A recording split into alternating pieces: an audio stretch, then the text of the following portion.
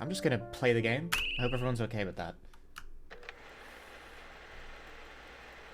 I ain't got time for no introductions this time. I'm just playing. I'm just going. Positioning my microphone more carefully. I have time for this. I have time. I started a bit later than usual, so I really don't have time either. Nothing unusual happened. I just started cooking food slightly late. And the thing about cooking food is that it takes a while.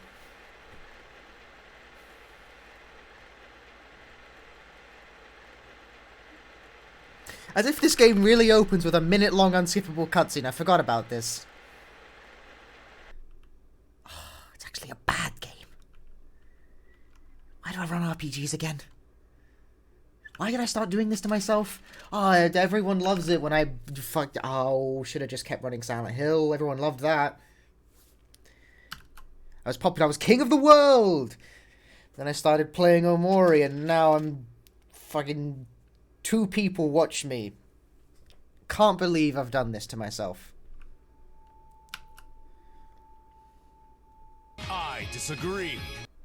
Jelly Omelette, congratulations on being one of the 2 people who watch. Thanks for the Prime Gaming. What the fuck is he talking about?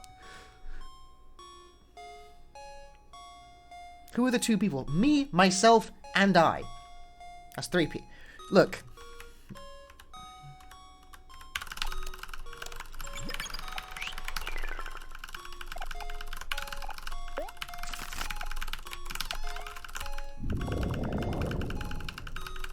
Real mashing hours.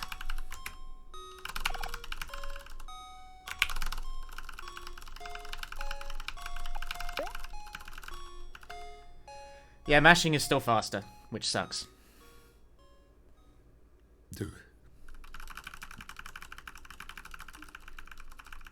You know, I should have made a command that links the video about Omori glitches that I made. Should have made that like a bot command. It's also a good way to get people to watch my fucking YouTube channel. C-Puff, thank you for the Prime Gaming. 2 months of Prime Gaming, in fact.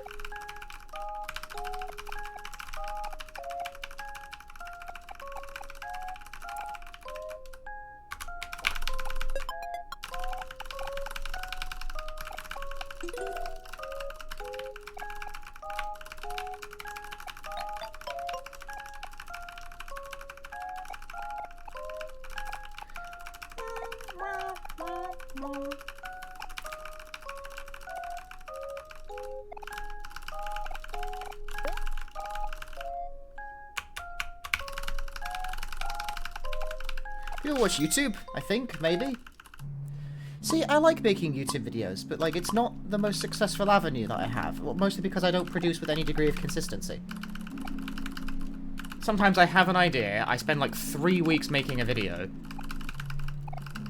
but the ones I get the best return out of are always the videos that... It's never the ones you put the most effort into, is it?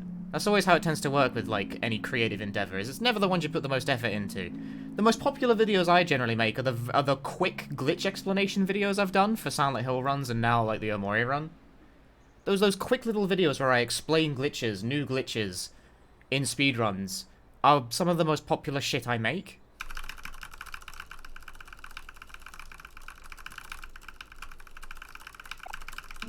Which is super weird. I mean, it's not that weird, I guess. It's just that, like, they're just so easy for me to make. Is the reason I like. It's like it feels weird to me. This jam HSNDE-TEYIBS here's a free $5. I don't know what the fuck the text-to-speech did with that one. But thank you for the 500 bits, Slim the Bard. Yeah, like that Omori glitch explanation video I made is 5 minutes long. Took about 10 minutes to make. It took so little time to make, I actually shot it on my lunch break. Like, I was in the middle of the workday when I took that video. I did it on my lunch break.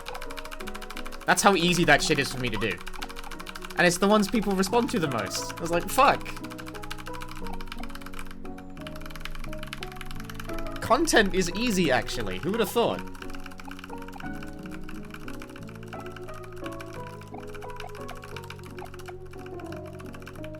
You started a hype train. Which made my OBS resolution go even funkier because it's a fucking pop window. This is bullshit, man.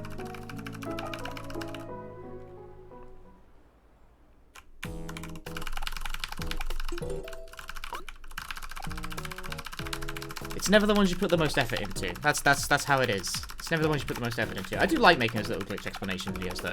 I should do one about that, like, that new shit in Silent Hill 3. I never made one for Silent Hill 3. The one where you, like, you make the game lag a lot by entering the window. You're not the first person to pay $5 for saying that. In fact, I've actually lost count of the number of people who have paid $5 for saying that. People humor my bullshit surprisingly frequently on this channel. Hey, Sothan. Understandable, Sothan. Bye, Sothan. The Vibes jar is surprisingly profitable. Honestly, yeah. It basically paid for my last Steam sale shopping spree. Yeah, the new Silent Hill 3 Out of Bounds. People would love a video on that, I guarantee it. Just haven't made it yet.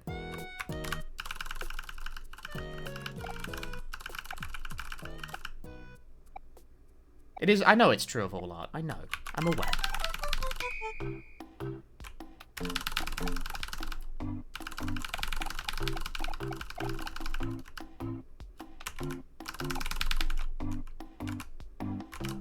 Whoops.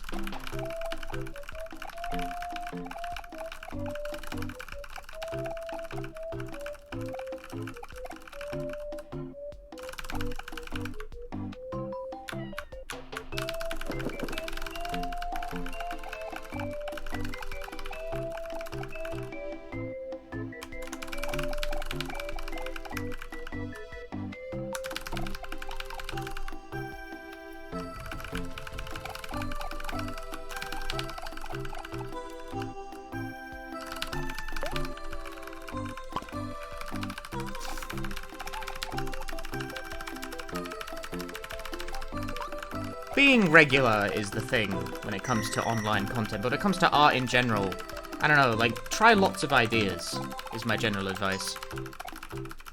Because the thing that I disagree. Oh, hi.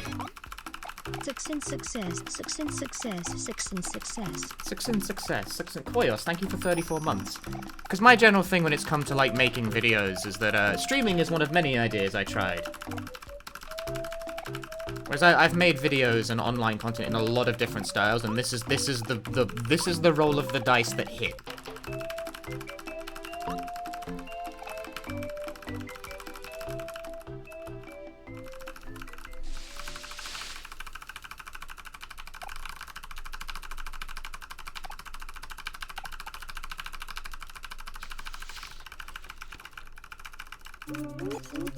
You know, streaming is something I consider not necessarily easy per se. It has its own complications.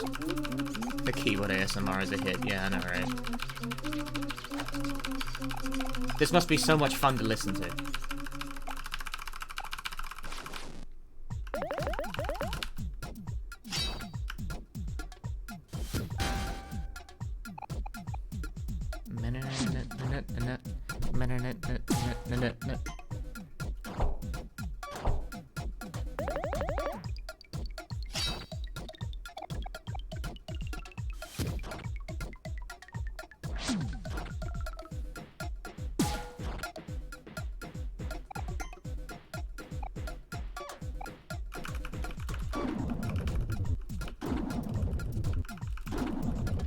I'm good today, Loonix. I'm doing alright. I think I butchered the shit out of your name, but I tried my best.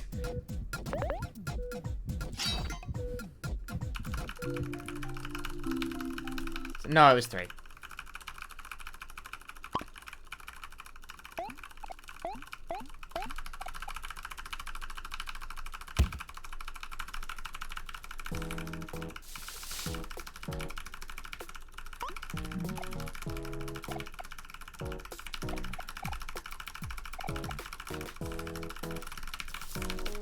Mash harder.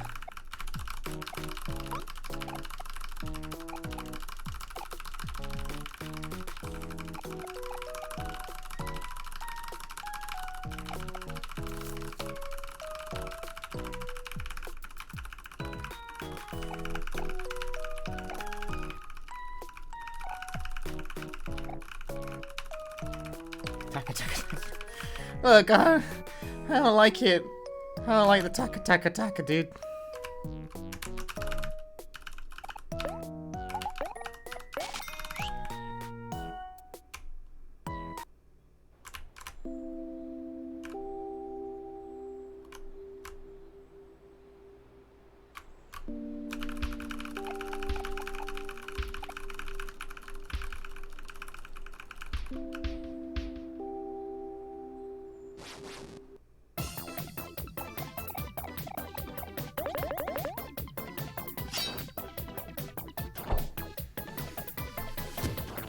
I bought hand grip strengtheners so that when I'm not streaming I can train my wrist muscles so that I can mash more efficiently while playing Omori.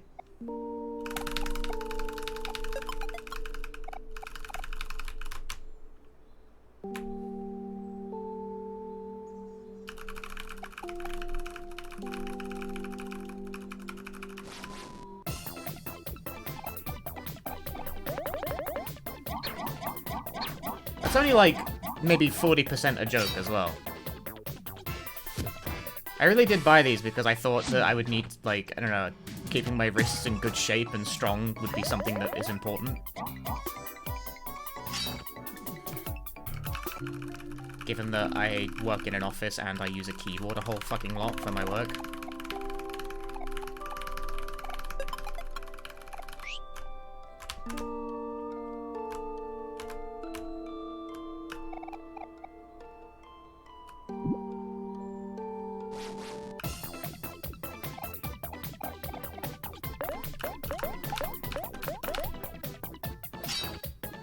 No, Kel, you need to annoy it first.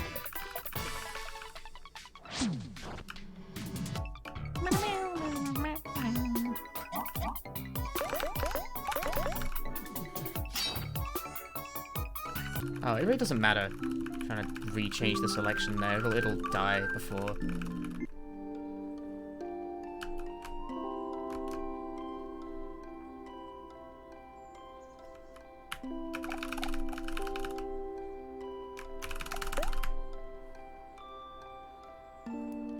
Train your wrists, friend. I don't know. I'm either gonna really fuck up my wrists, or I'm gonna get the strongest wrists in the world. Any chance of good ending her out down the line? Maybe, if I get bored. The thing with, the good ending route is just that it doesn't really do anything. Like, it's more or less the same run, but now there's 2 extra hours of scripted sequences.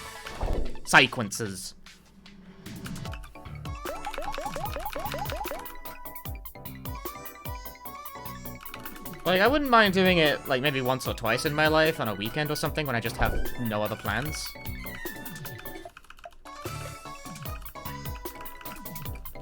But, it doesn't really add anything spectacularly interesting to the run. Whoops. Supposed to guard here, that's faster. 2 hours of mashing seems like a W to you. L for me, buddy!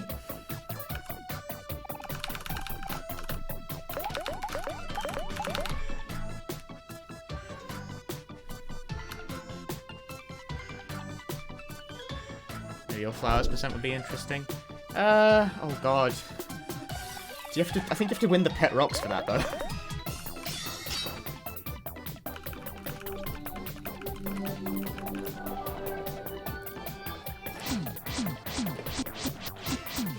Which, let me tell you, you don't want none of that heat.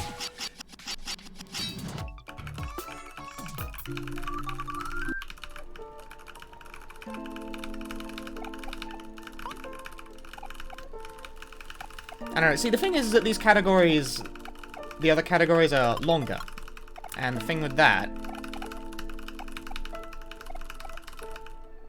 The thing with the longer categories is that I barely have enough time to do this run in a given day. I have about 4 hours of stream time in a given day. That is what my work schedule allows me to do. That's why you may have noticed I have pretty much, like, spec'd my speedrunning around that. That's why I don't tend to do runs of that length, because it takes basically the whole stream to do one attempt. Pet Rocks does have a list of patterns to choose from, but there's no way to, like, meaningfully game it for a few opponents. Some enemies just throw everything purely randomly, so you might as well just throw rock every time and hope for the best. That's what I did. Mashing, mashing, mashing, mashing, mashing, mashing, mashing, mashing. I want a turbo button for this run, bro.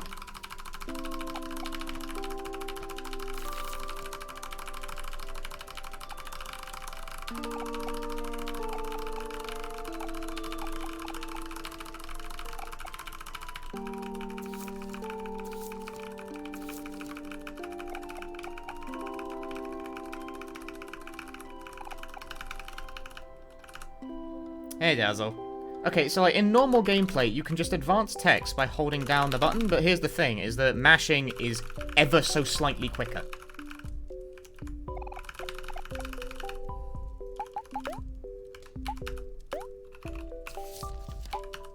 And here's the thing about ever so slightly quicker.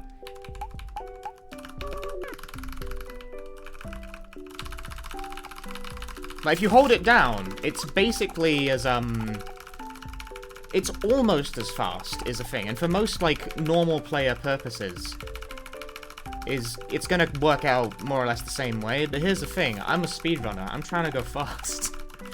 So if you tell me it's slightly faster, I'm gonna do it.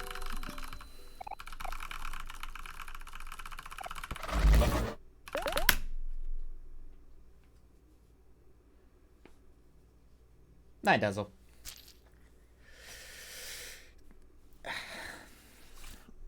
Yeah, like, for normal playing purposes, you really don't need to worry about that. Also, I totally just stabbed myself. That's how you exit. See, that's mash time save. That's mash time save.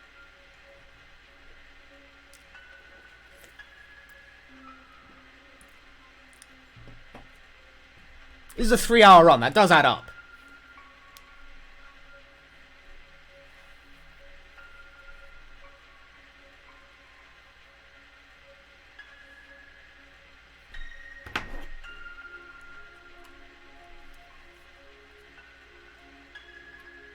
Strong hand for mash. That actually, I should stop doing that in the middle of runs. That hurts.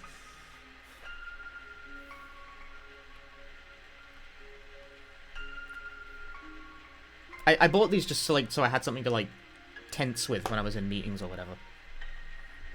That and, you know, wrist.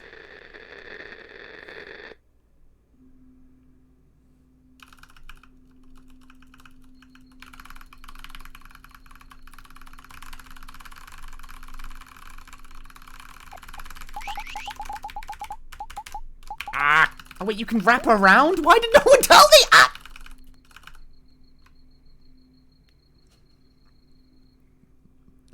I didn't know that. That's one way to find that out.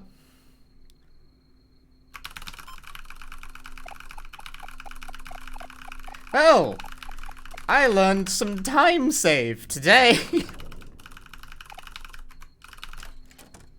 Which is that you can wrap around on the name entry screen. I didn't fucking know that was an option. God damn it. So you just press up and left and that's it? You're good? Oh my god, I'm so annoyed.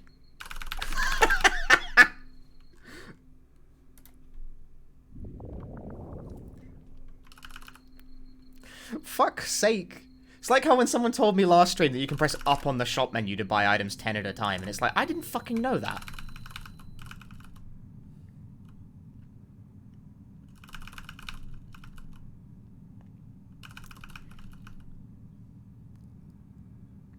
Let me tell you, for new games, man, the little optimizations aren't there. This game is, like, only a couple months old. In fact, I think it's exactly a couple of months old at this point.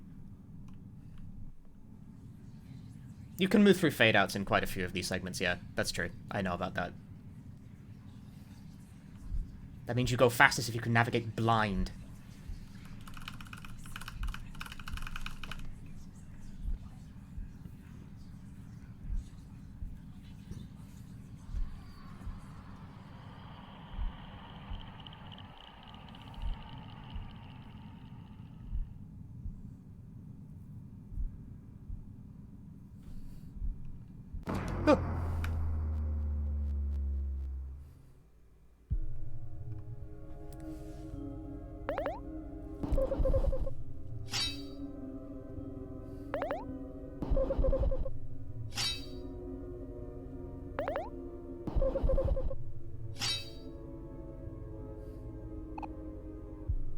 I am S.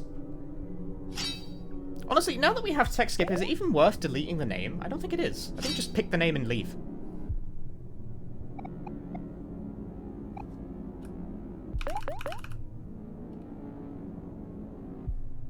Canon percent. Because it doesn't come up that much in the shut-in route. And with instant text, I don't think it's ever going to force an extra line break.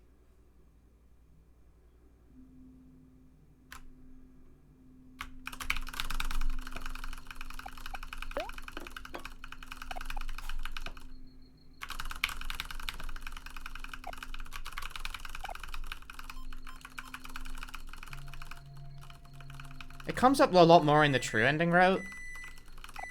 But even then, I'm not sure it's enough to, like... I'm not sure it's enough to matter. It mattered pre-text skip, but it doesn't really seem to matter much anymore. Simply microwaves a steak? What else was he supposed to do?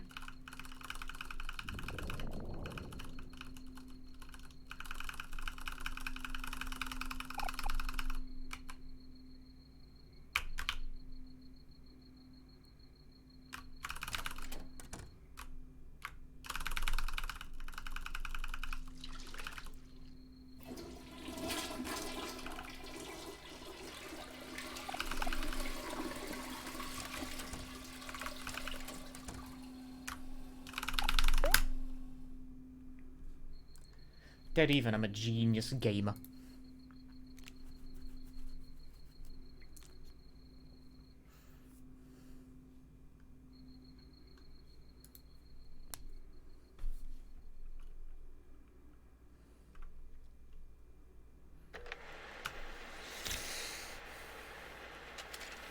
Welcome to White Space.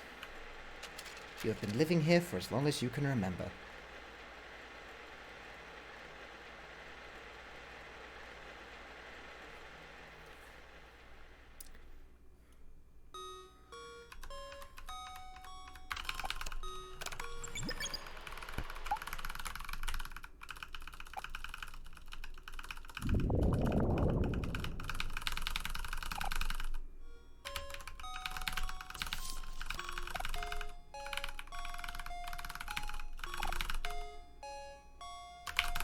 Ah!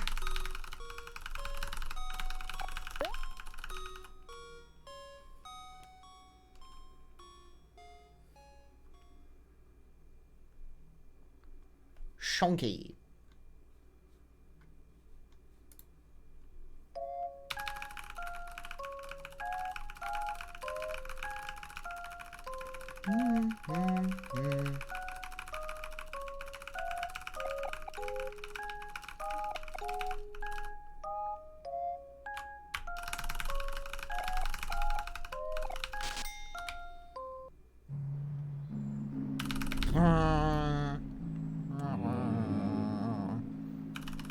I do this every single run. Just the first, like, half an hour just me making fucking noises.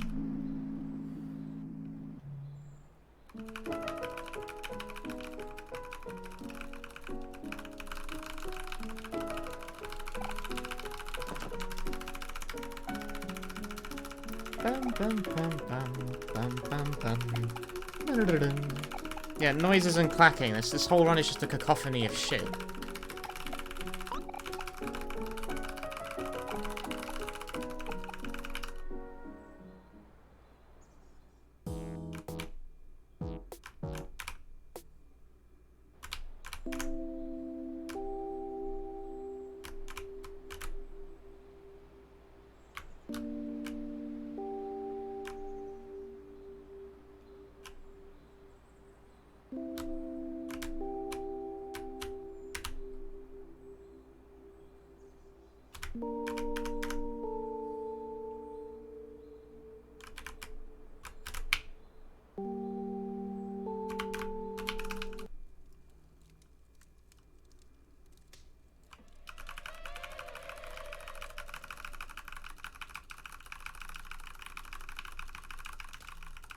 it takes a while before a whole lot of combat needs to start happening.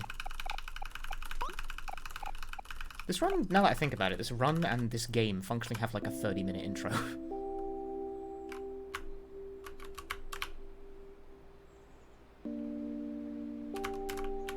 Because you're only really allowed to start playing the game from about here.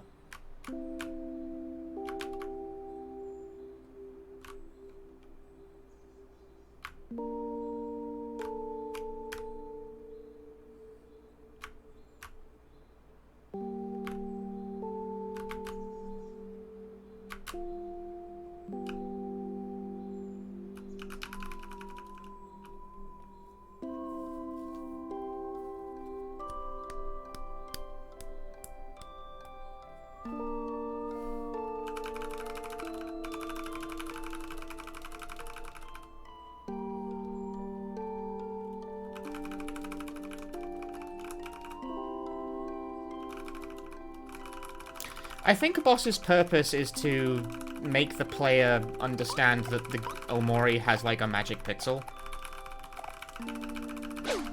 Or as the game calls it, plot armor, yeah.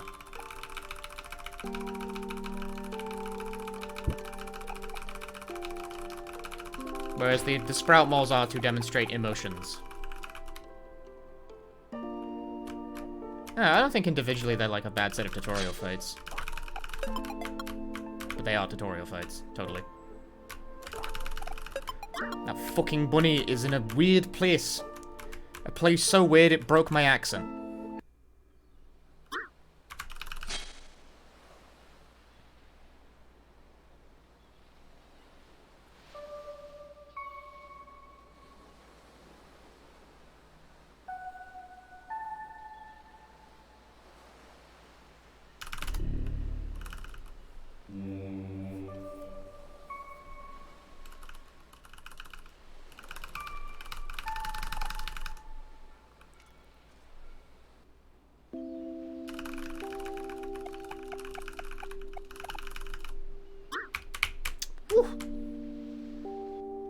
Best bunny variation? It's the pancake bunny for sure.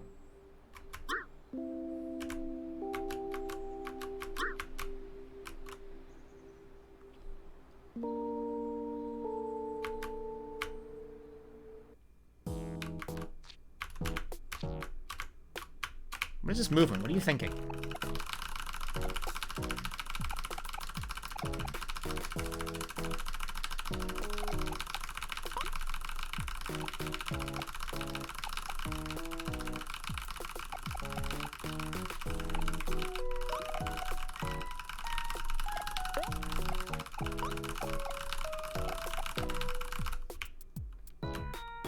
I'm using two hands to do the mashing, by the way. When it is convenient to do so, anyway. That's how I get around, like, putting too much strain on one wrist.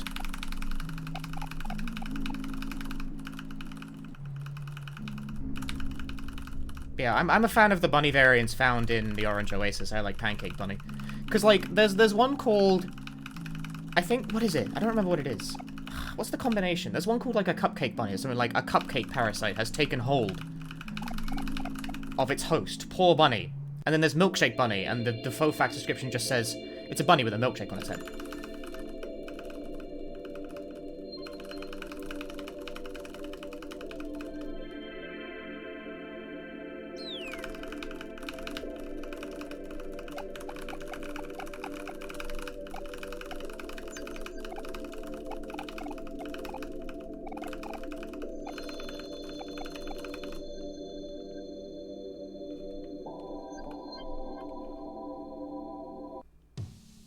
Yeah, is this vegan?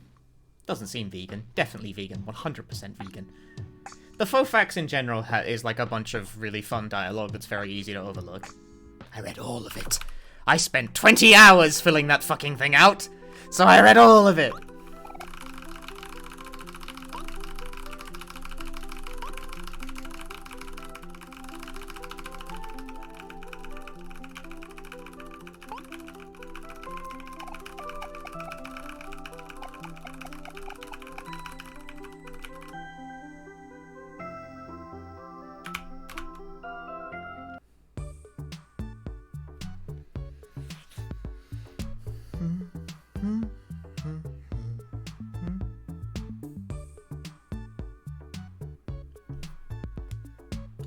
Hey, Six Opossum.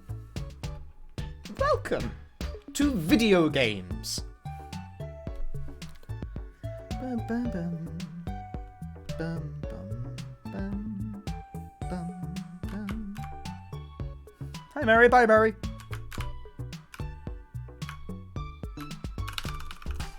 I should really talk to this guy from the bottom, because then he'd move out of the way and I can just hold up.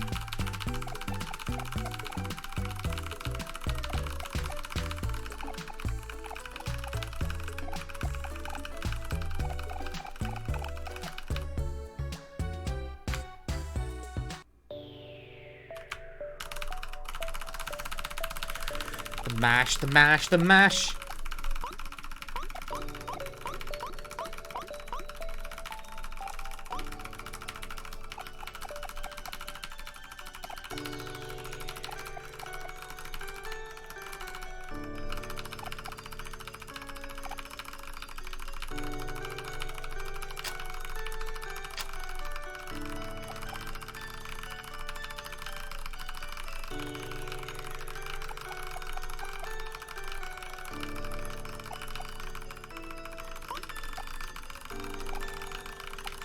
Sure is great that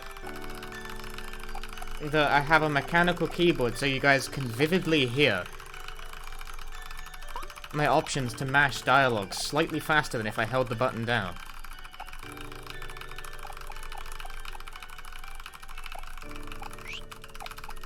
Whoops. I lost time! I said no by accident. I mashed too hard.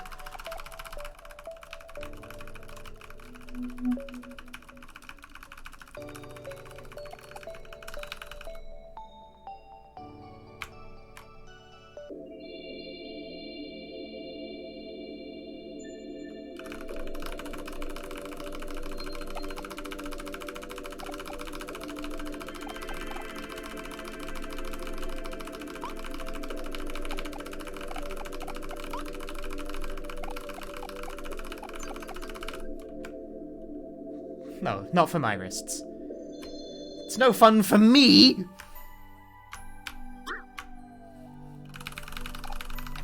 I didn't come here to have fun.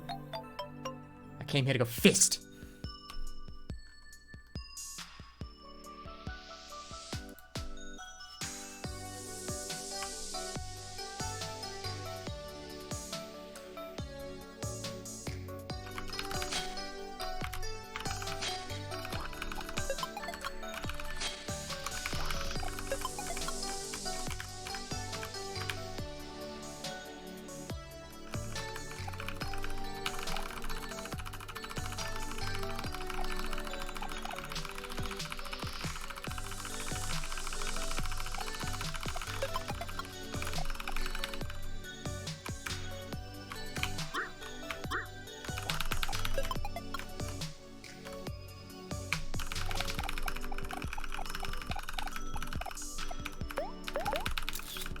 Go get him, Aubrey. Cheers. That's what you need to do. For some reason I have to like be very delicate with how I menu that, otherwise it'll fuck up on me. So I just find it strangely satisfying when it's like, yes, I have the proper switch to Aubrey. I've done it.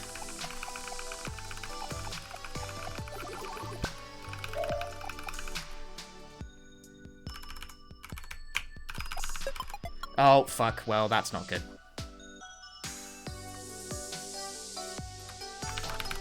That's actually a tremendous amount of fucking time lost because there is no way to walk out of that quickly.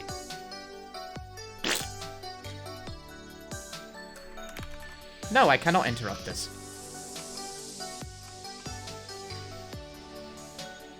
It's actually kind of amazing I haven't done that before. Hero, please turn and look at the thing when I say so.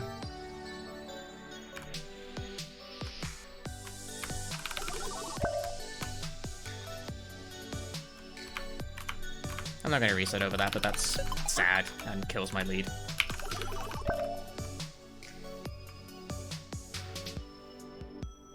Because guess what? I have to do it again.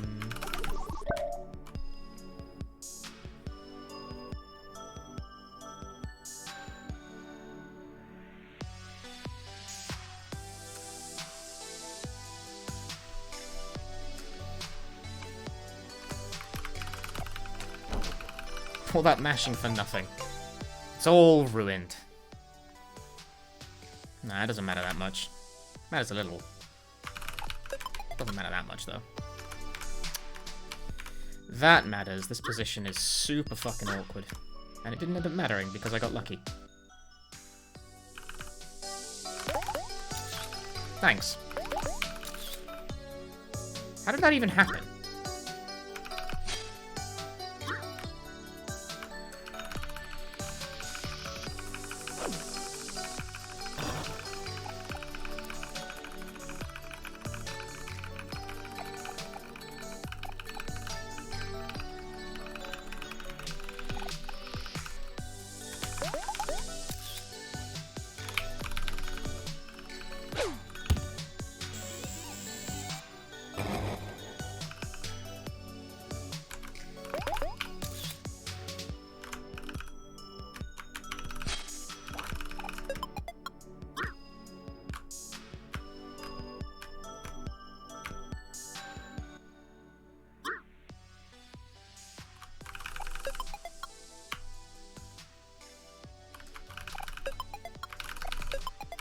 I don't think I need that sparkler either.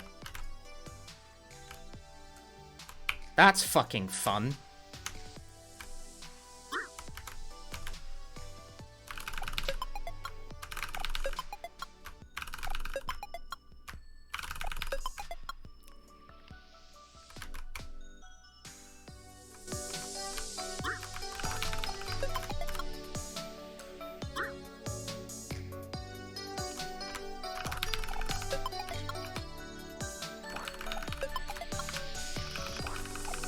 I just missed something. No. Just dumb is all.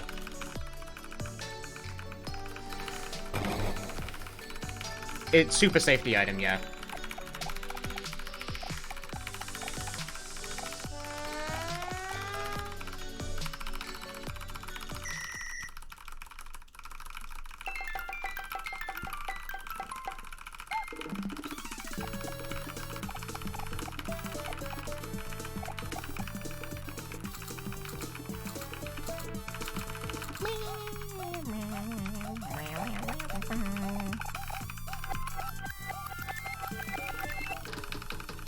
I mean, I already do, like, the super safety strat, which is I literally buy a third jonk, which wastes, I don't know, like 10 seconds at the expense of not resetting, because, I mean, I can totally still end up resetting there.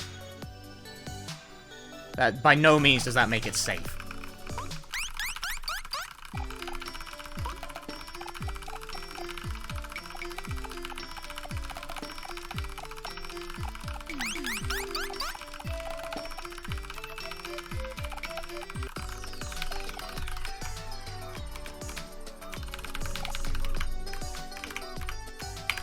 I'm so bad at movement, send help.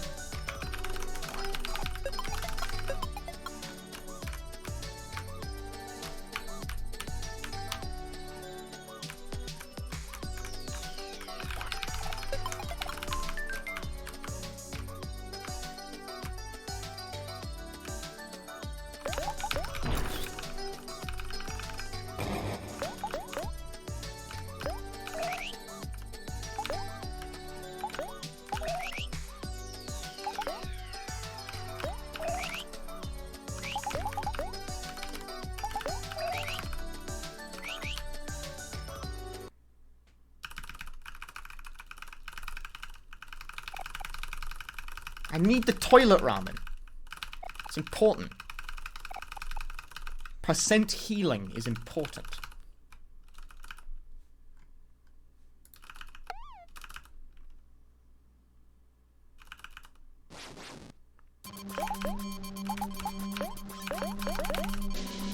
I always have to think too long there.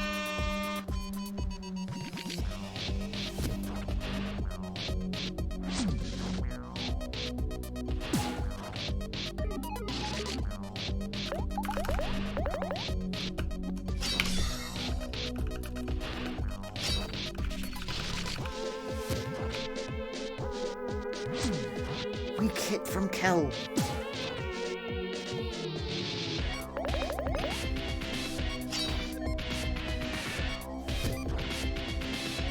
Weak hits!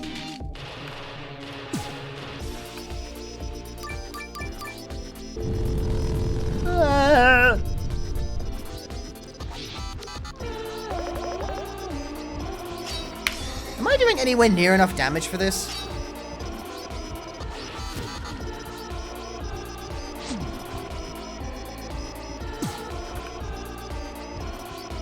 These rolls are low. Hey, Max. Oh, crit. Never mind. I take it back. We're good now. We're on the path.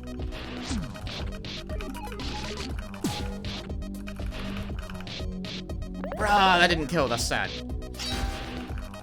Useless crit. Whatever, man. Fine by me.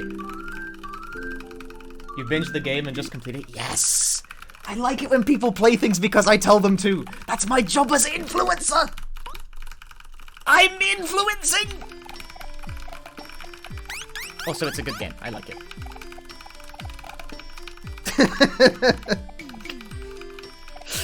That voice hurts to do and I shouldn't do it.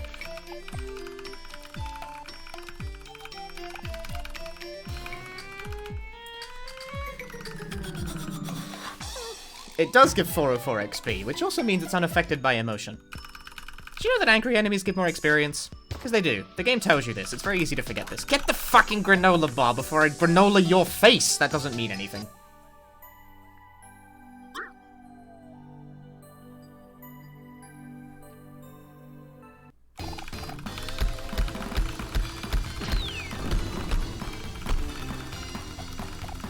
Enemies who are angry give more experience, and enemies who are sad give less, even though they're slightly harder to kill.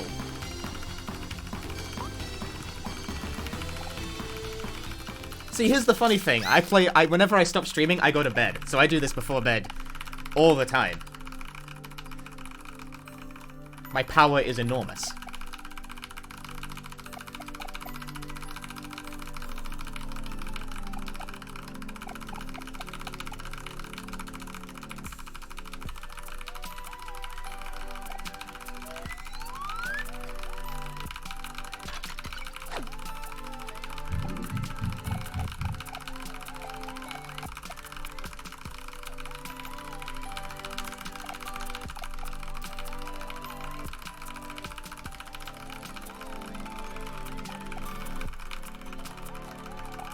See, I think the fact that I go to bed directly after doing runs or playing a game is one of the reasons I pick up speedruns really fast. My brain is calculating while I sleep.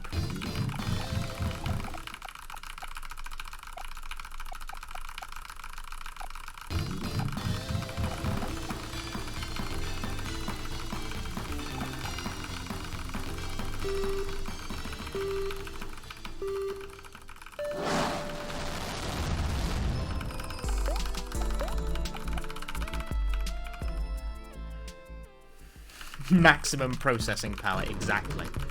My brain is fucking ginormous.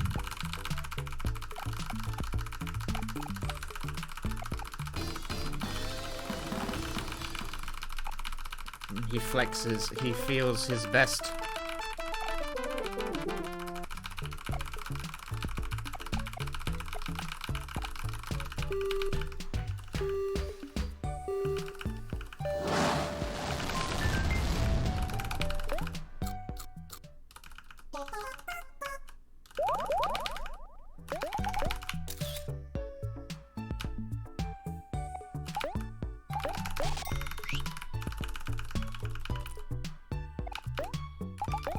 No.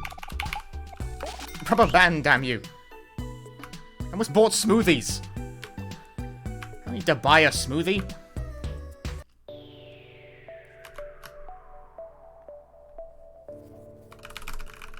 My spamming sounds like rain on the roof. Is that a good thing or a bad thing?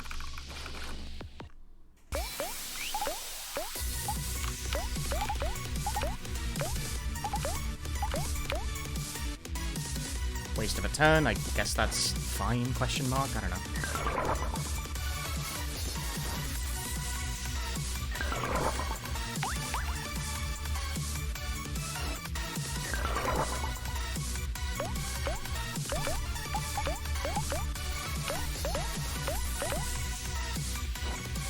Like, I'm just flicking rocks at your head. Don't kick me.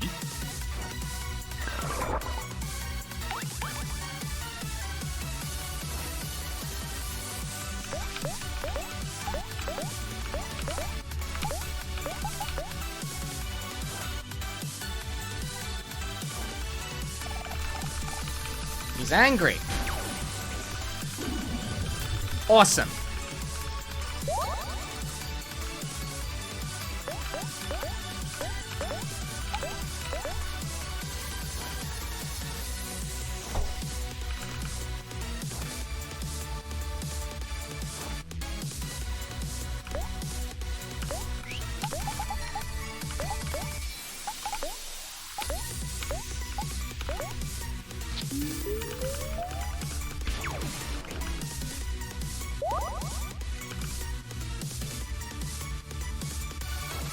I should have used Jonks, I forgot.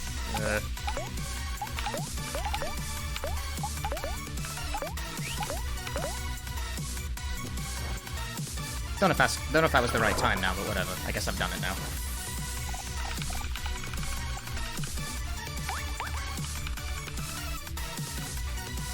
Okay, waste of a turn. Not really what I want.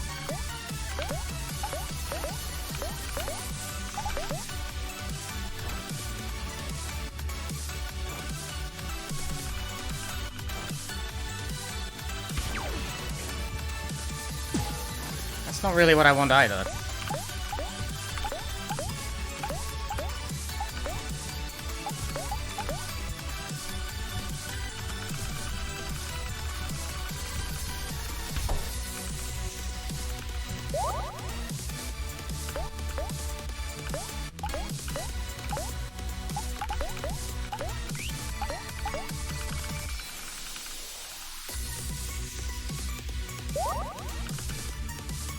No, see, I'm going first now. I can't, like, game it properly. Well, now I can win. I think.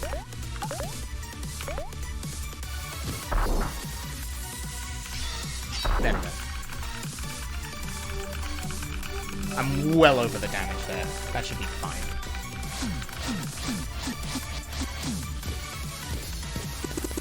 I used my popcorn, which kind of sucks, but at least I used it well, you know?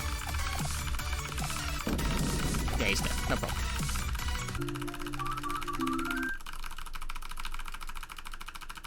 Now I mash for like a minute and a half.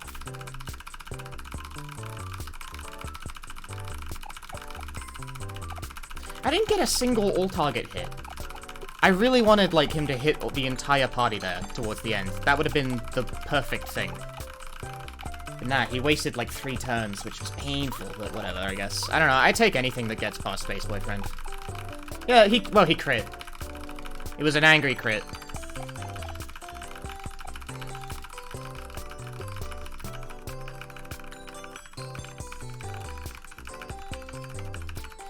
That also kind of backed up my fucking turn a lot, didn't it? Ah, well. That wasn't great.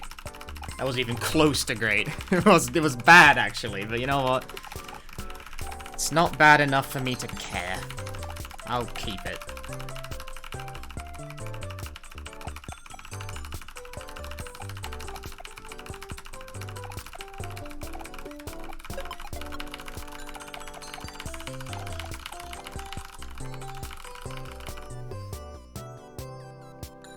Hurry up! Stop talking!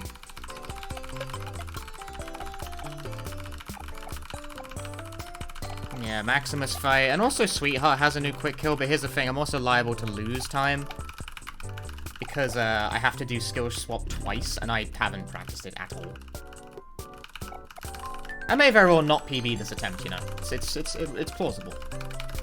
I still saved time, actually. I saved a fair amount of it at that. Despite the fact that Space Boyfriend fight was not so great. But that is okay.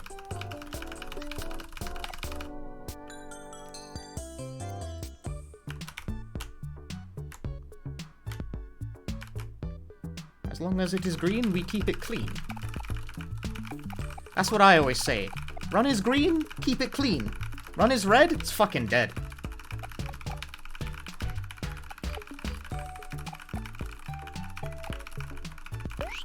Whoops. As if mashing with the perfect rhythm there to, like, unpause the menu.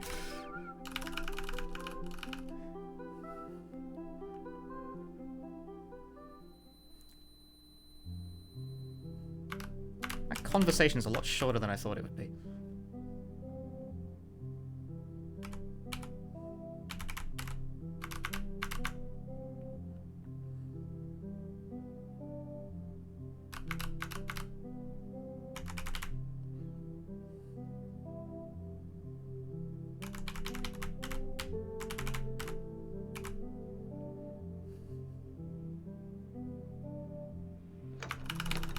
How much gameplay would I say this has casually? Like, how long is it? 20 hours, give or take. How can a run be brown? You don't think about these things. You're not thinking it through.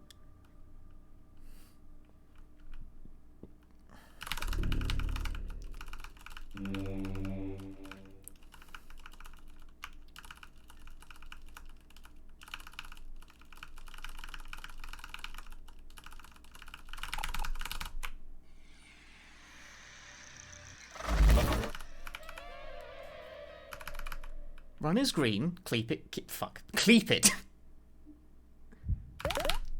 Run is green, you keep it clean. Run is red, it's fucking dead. Run is gold, that's pretty bold.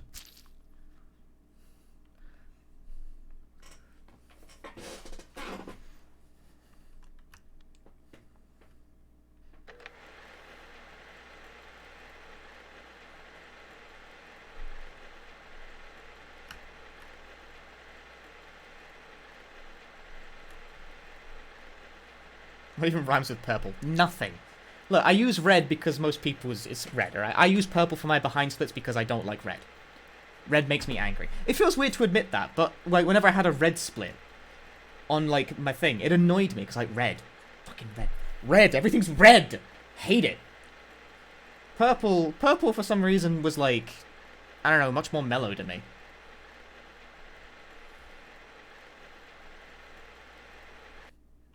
Like, is that weird? Am I, like, neurotic?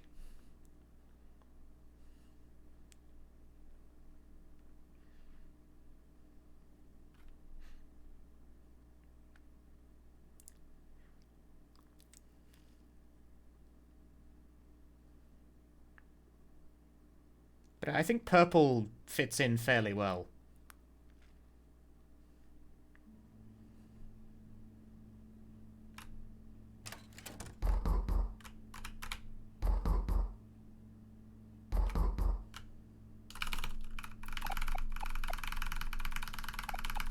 Am I there, S?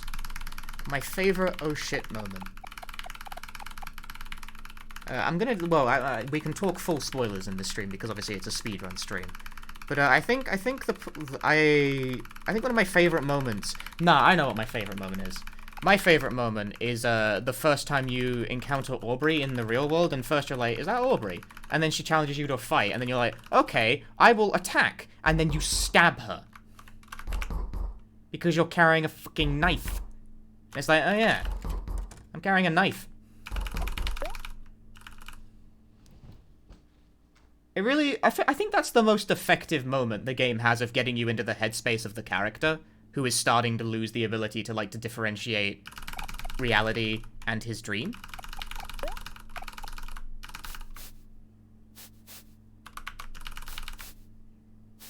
In that moment, I felt a great sense of oneness with the player's actions. So I was like, oh, holy shit, I just attacked someone with a knife. Of course that's not appropriate. But I didn't think twice about it. You just pick attack because that's what you've been doing the whole game. And then you just stab a girl. And it's like, okay. She does attack you with a nail bat. When you get her in the party, you can examine her weapon, and the description explicitly says, more dangerous than a knife.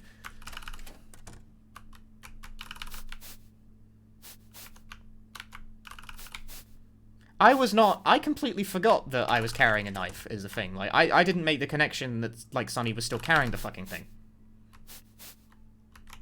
I was just like, attack! I don't know, I expected, like, here's the thing, is that, like, I didn't think about it. So when he took a swing with a knife, and everyone in the cast was like, holy shit, is that a knife? I was like, oh yeah, I have a knife. I didn't think he had anything else, it just, I didn't think. Like, and that's effective, it's a good moment, because I didn't think about it at all. That's powerful.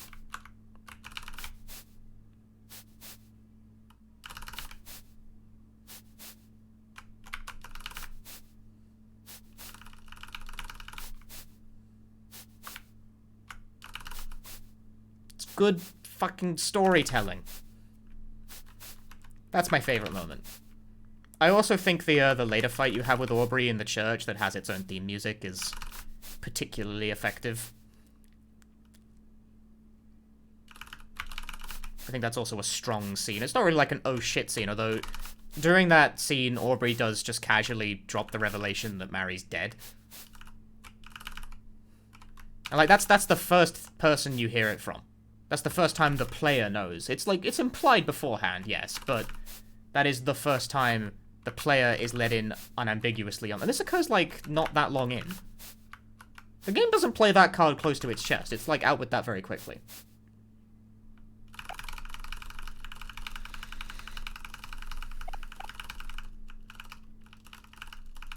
I think that's a strong choice. It's a bold choice. It doesn't, like, that's not the twist. It's like, oh, the twist is that your sister was dead the whole time. No. No. Everyone knows that.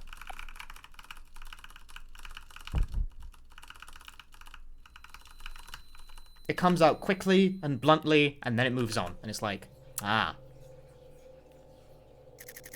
It's effective. It doesn't labor the point. It trusts you to make sense of the scenario. So I like it. It's good.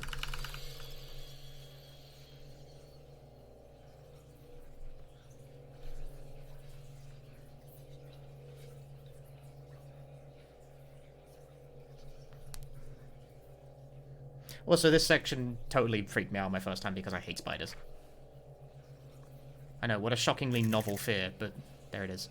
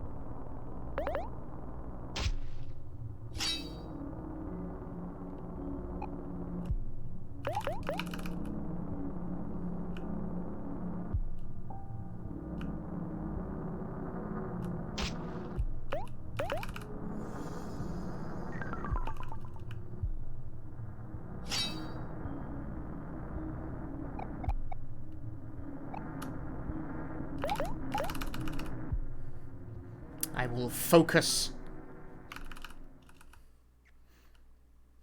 If only I could just think myself unafraid of spiders in real life.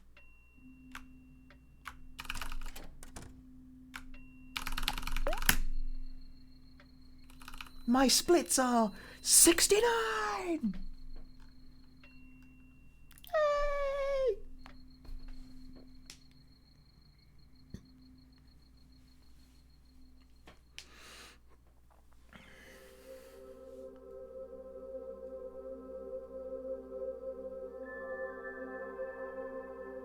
Nice, Lyco. Thank you for your point redemption. It's very nice of you.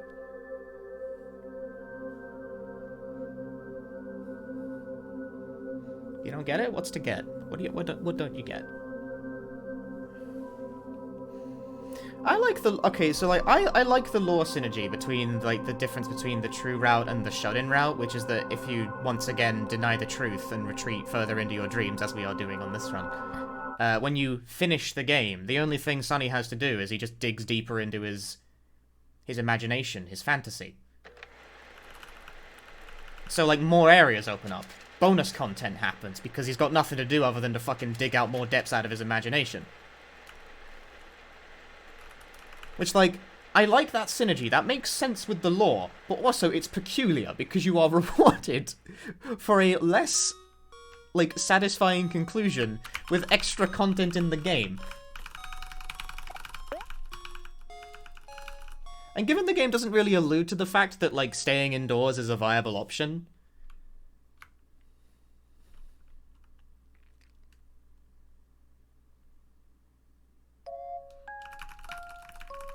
A whole lot of people play the game, get the good ending, and then don't realize the alternate pathway is even a thing.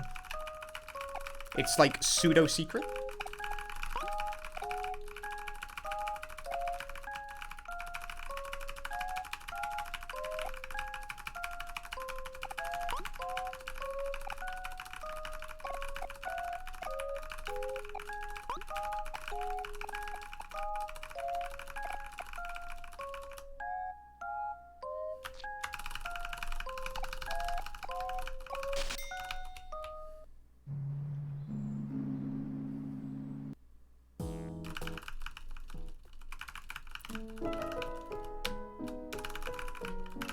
Yeah, I don't think we need to buy jacks anymore in this run at the midway point because we're just gonna fucking barrel through Sweetheart. And probably get killed in the process, but I'm going to learn something about this route.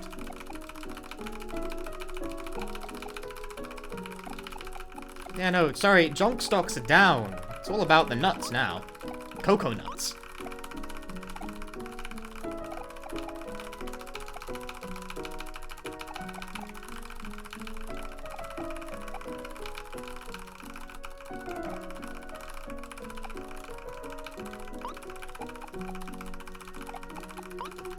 Yeah, I don't know, we just kill stuff too fast for junks to matter much at this point.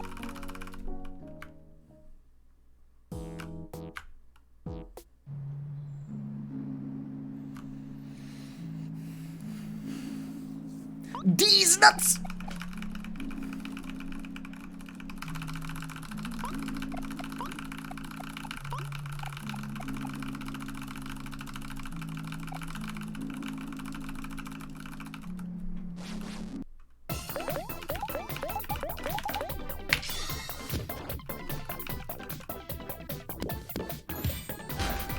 Crits! Ah, didn't kill his target though. If you high roll with Kel or he crits, generally good things will happen, but alas. Sometimes we are not so blessed.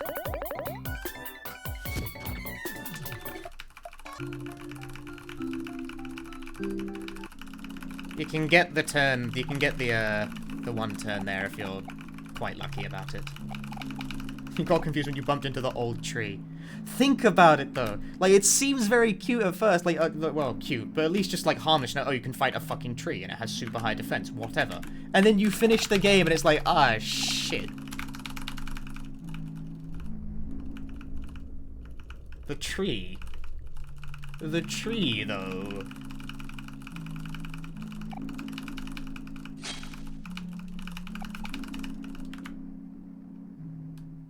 Yeah, the penny has just dropped for someone. The tree, though.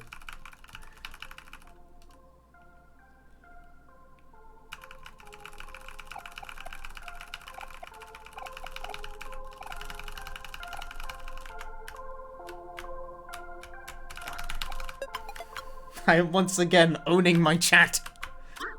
Schooling them in Omori lore. Oh, Lori.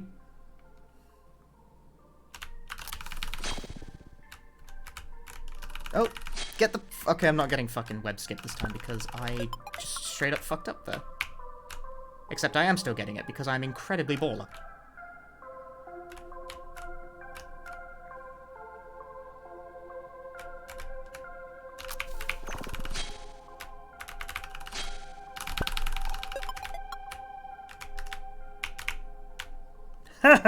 Bye.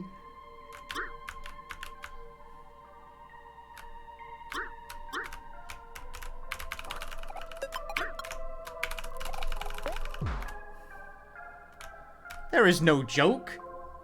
No, there's no joke here. You think this is a time for fucking jokes?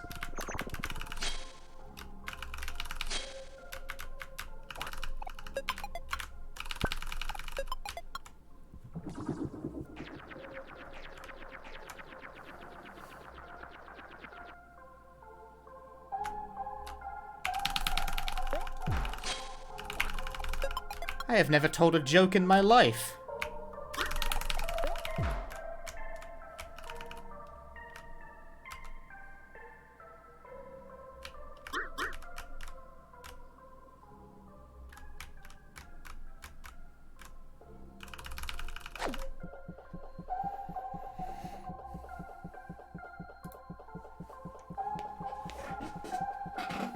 would have been a time for jonks. Well, no. Yep. Tree. That's why there's a tree. It's one of the first fucking things you can fight, too. In fact, it is literally the first thing you can fight. Other than, like, tutorial fights. It's the first optional thing you can fight.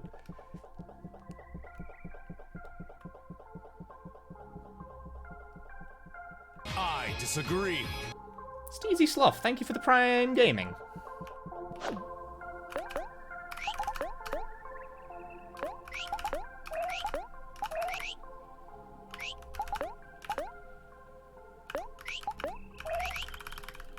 Aubrey, put these cat ears on. It's important.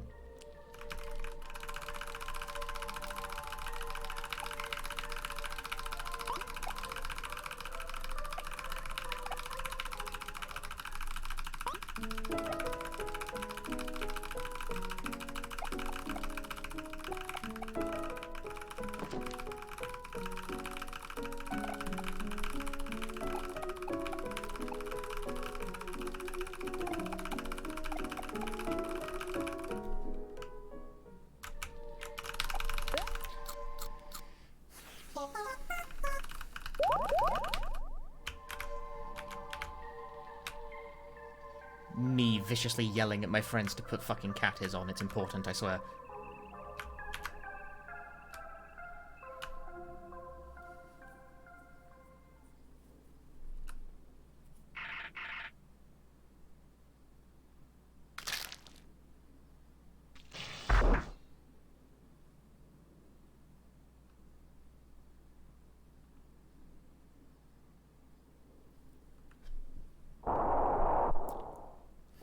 Spooky!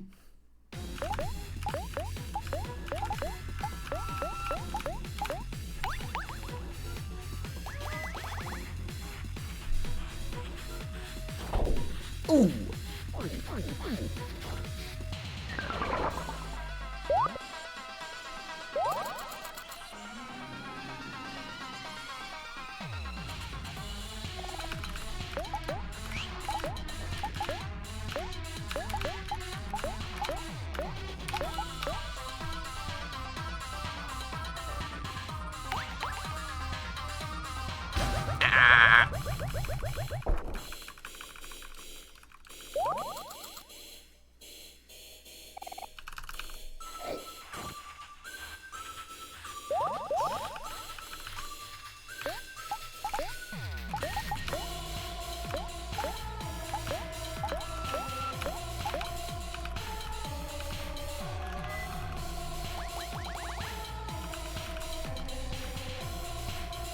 Please go first.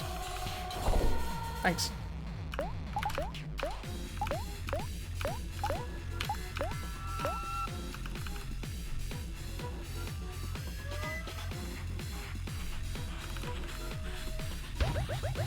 Good enough for me.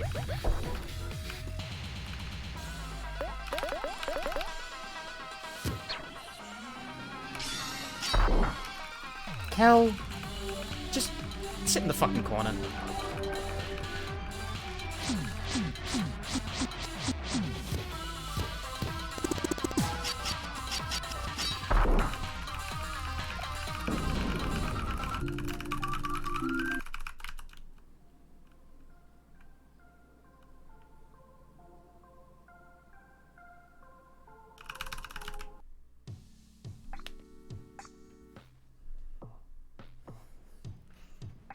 I'm going to call him Kellium from now on.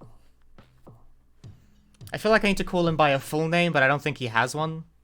I'm calling him Kellium. Like William, but for Kells.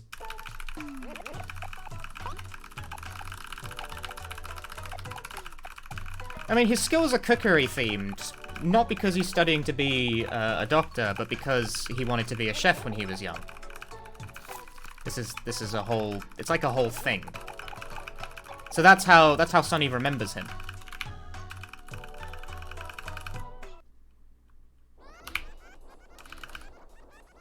Isn't his full name Kelsey? I think so, but it's not actually said anywhere.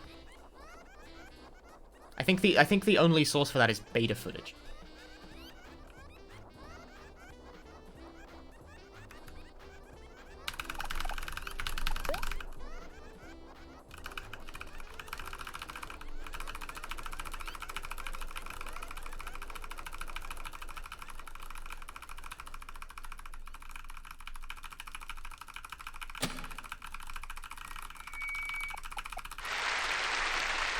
But, like, the part of, like, Hiro's arc is that he wanted to be a chef when he was younger. And then he gives up on that and fills his life with studies instead for something more prestigious after Mary dies. Because that's how he coped with it. Kel opted to fill his life with new friends and sport, and Aubrey just became very angry.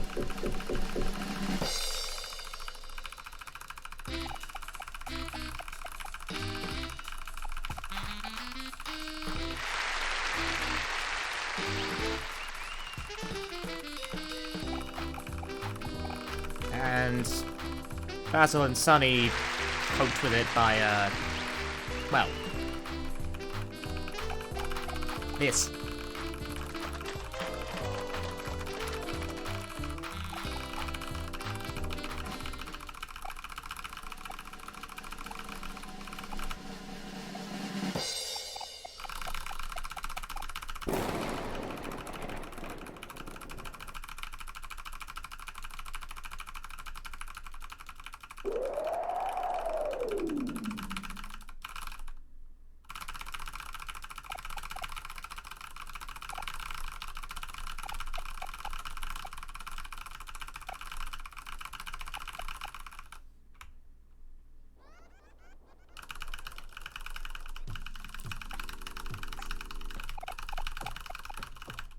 Well, she wasn't gonna, like, put it, you know, like, what's she gonna do? Leave the bat at home and then go to church?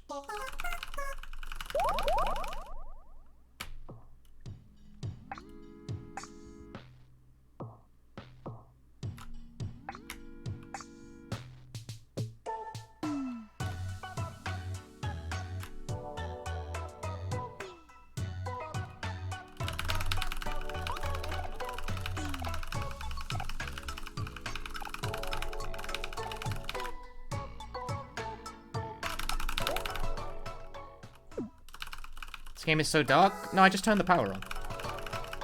It's about to become a lot lighter. See?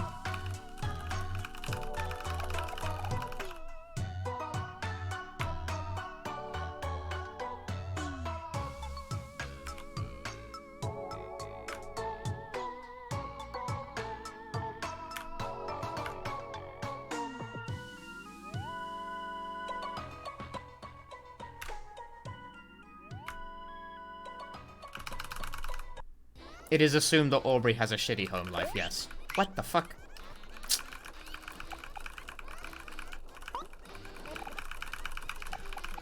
I'm always checking chat, I'm just walking. Don't accuse me.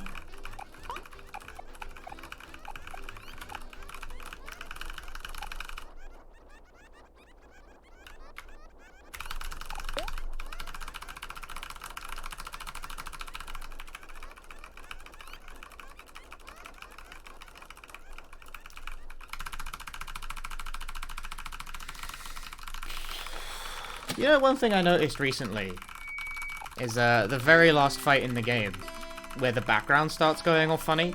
If you get the final fight to go far enough, there are many phases of, like, background evolution that aren't required to see because the fight reaches a point where it, like, becomes really difficult to stay alive. But if you get all the fucking way to the end of the, like, the end of the fight where it just pieces and says, no, you die now, the background shows 4 silhouettes of bodies of different heights hanging from nooses. And the outlines are very vague, but it's reasonably clear who they are. Which final fight? The true ending one.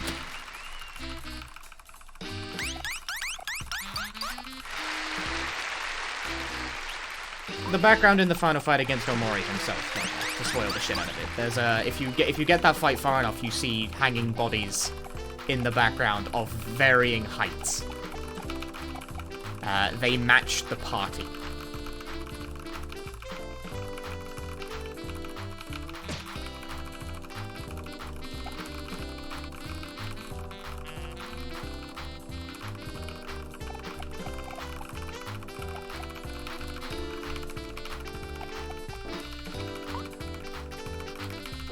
It's like, oh. Because I never noticed that the first time because I didn't fucking get the fight that far.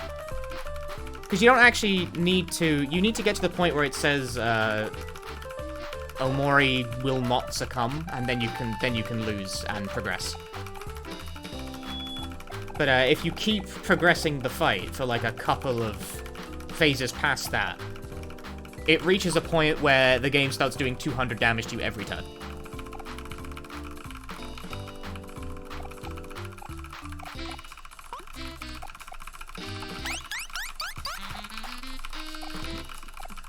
And if you get to that phase, you see that lovely piece of imagery.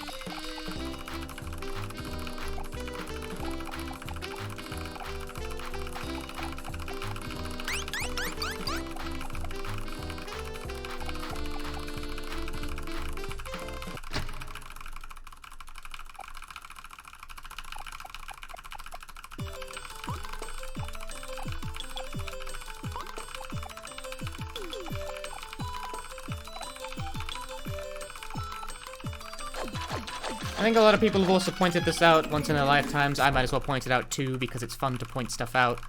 The game also foreshadows Omori being the final boss by the fact that he is the only party member that can use Stage 3 emotions. Because the only other entities in the game that can use Stage 3 emotions are boss fights.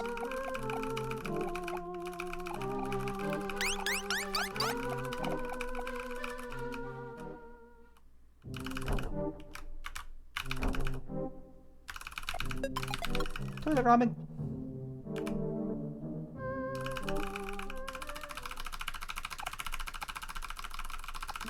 Oh no.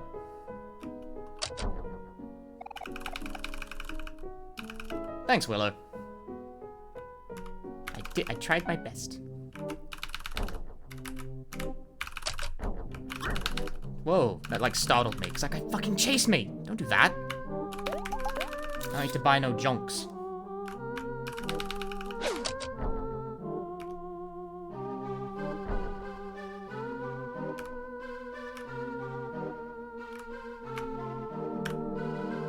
I am no junk buyer no more. Purchase a junk? Me, never.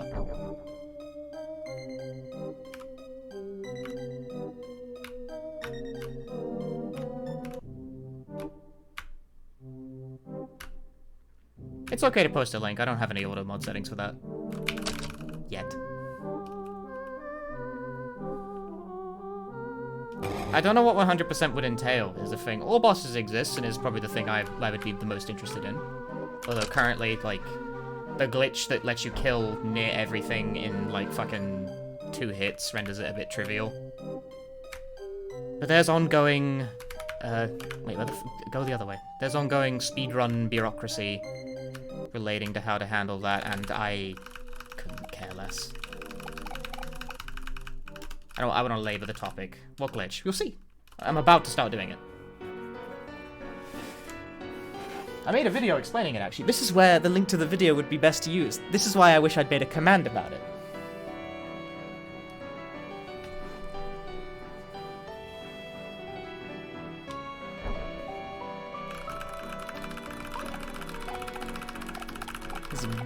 I wish I had done that, but I didn't. Very unclever of me.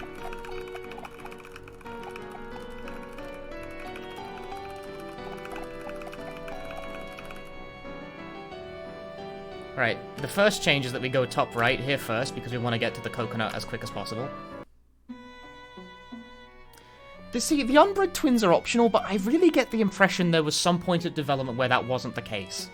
There must have been a point where the Unbred twins were supposed to be mandatory. There must have been a point in development where that was true.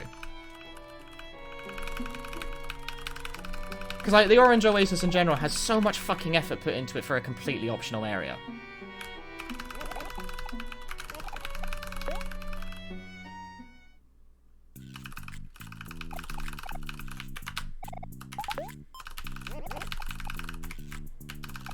Whoa, wrong thing.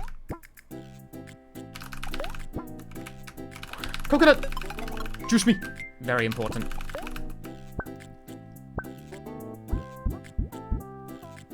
Hey, RJ.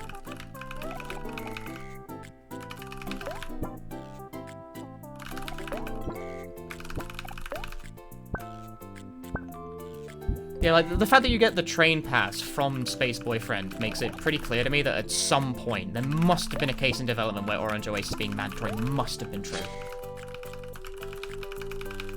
Like, it must have been.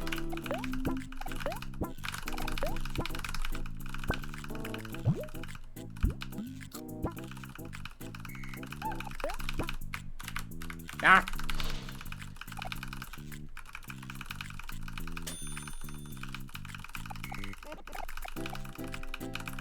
Yeah, I didn't go there on my first playthrough either. And now it is time to do skill swap glitch. That's the wrong character. I'm a genius! Aubrey has bread slice now. Take that back. I got it immediately, but with the wrong character.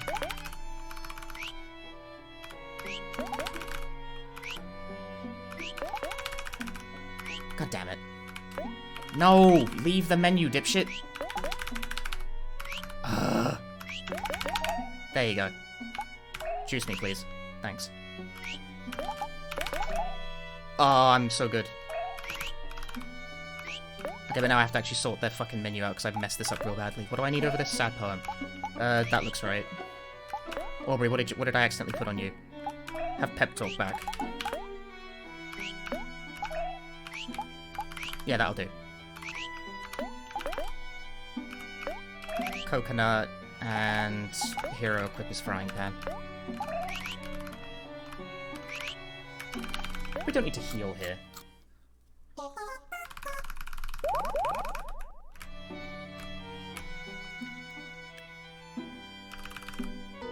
Oh yeah, I almost forgot putting Juice Me on Kel, holy shit. That would have been really fucking bad. That's kind of the point of the strat. Right, so now we have Juice Me on 3 characters, and it took a while to do. I can't believe I got it first try, but on the wrong character. I'm a genius.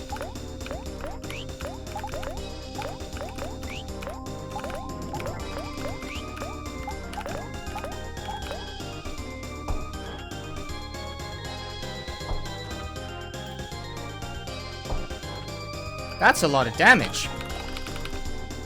Why is Hero faster? What?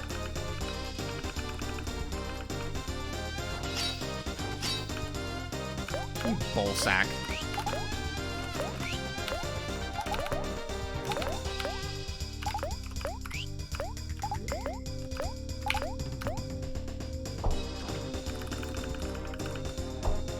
Okay, that wasn't worth it. Well met, I think. Someone might die, but I don't really care.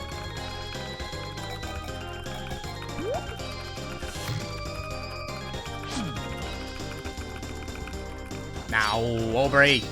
Kel is bread. Just hit him. I don't give a shit.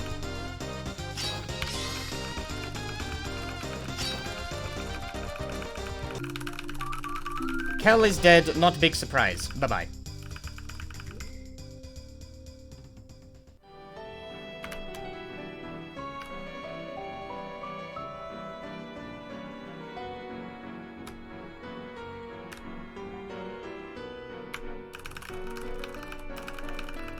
Quick explanation of the high damage stuff.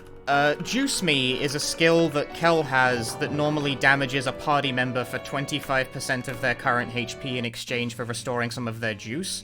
There is a glitch you can do to make it target an enemy. It's not supposed to be used like that, but I can use it like that.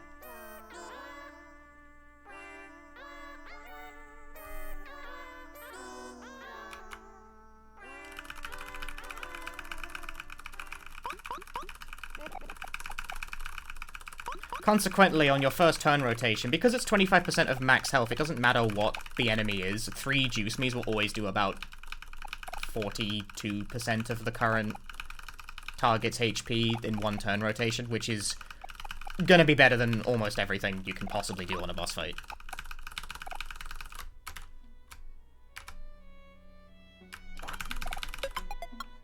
Did I tag Kel? Oh yeah, you know, that's convenient that you tagged Kel for this. Yeah, for the most part, an enemy having extra juice is not dangerous because enemies don't really use juice. Like, they have a juice stat, but I don't think many of them even use it. I think Unbred Twins is like one of the only fights where it's relevant.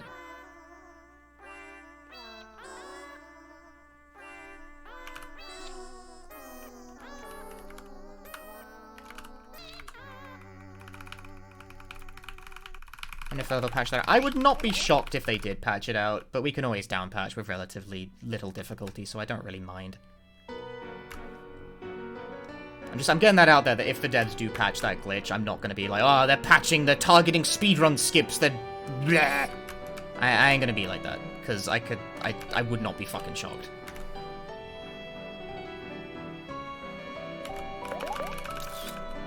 I would not be shocked if they do actually patch it out. Like, it's actually pretty easy to do target glitch by accident.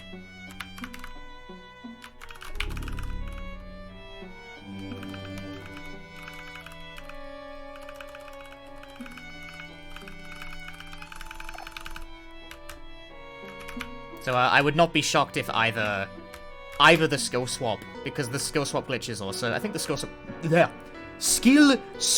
glitch was also found by accident. I'd like put on an even stranger voice for that one.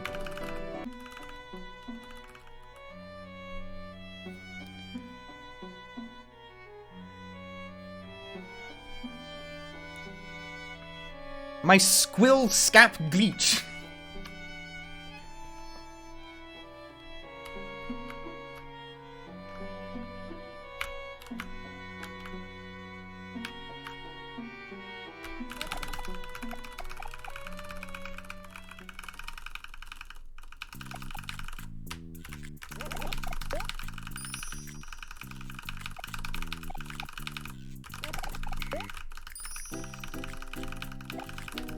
If someone wants to go get, like, the link off my YouTube and post it in chat, I would appreciate that. The video I made that actually, like, explains the glitch.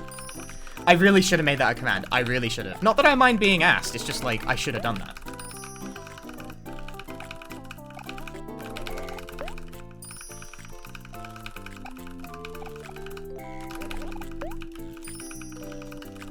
Because that would have been very convenient, and also would have acted as a good way to corral people towards my YouTube channel. Whoops, fuck, wrong target. What's the general story? You're gonna have to play the game, sorry, I can't really explain it quickly. The short version is trauma.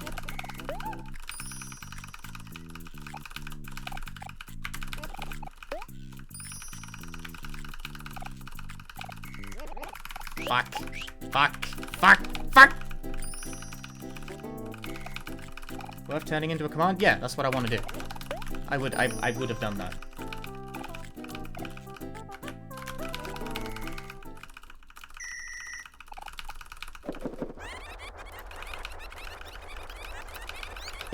Is Hero still faster than Sir Maximus too? Surely not.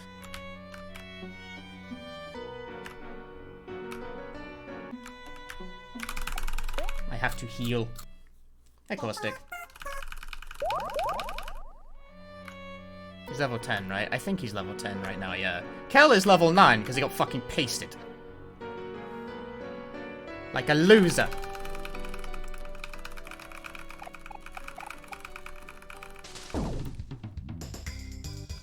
No movie. I guess I'll find out.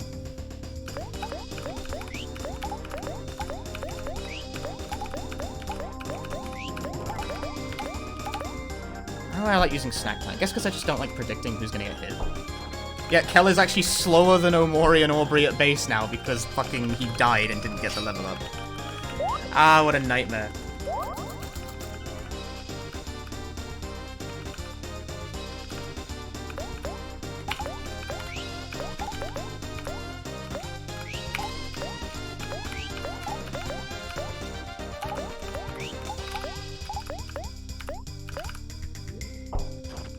I should have done a regular attack at some point rather than fucking 6 juice me's. Why am I like this? Actually, that may have been the most convenient timing. May have. If Hero goes next, that'll be sweet. Or he could just become sad, whatever. full target heal doing work here.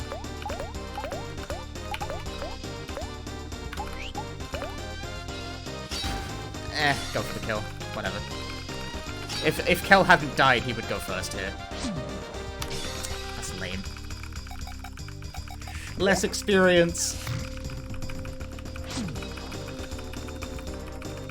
He's not fucking dead! Come on, man! He really wants to be sad.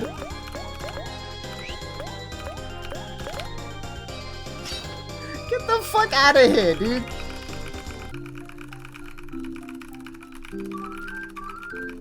What a pain. Oh, look who finally learned curveball.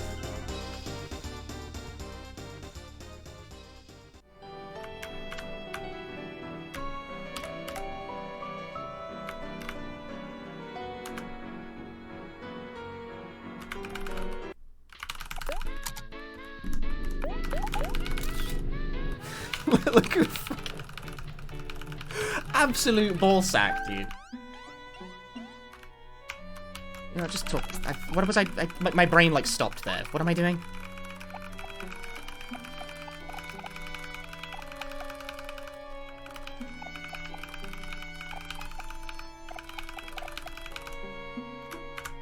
Get these items, they're still useful to me.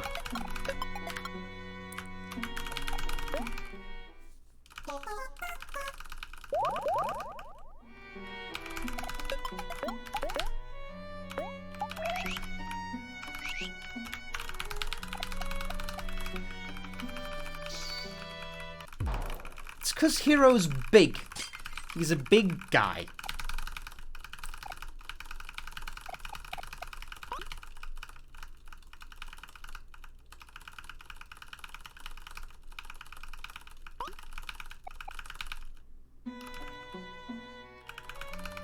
The whole pizza is the strongest item. Like, no, really, I think it is actually the best healing item in the whole game. No, that's not quite true, is it? As you've got, like, I think Dino Clumps are slightly better.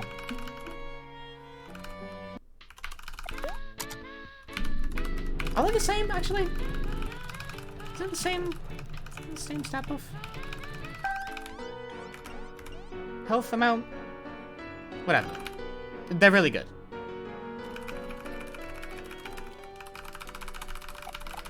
Alright, Maximus 3.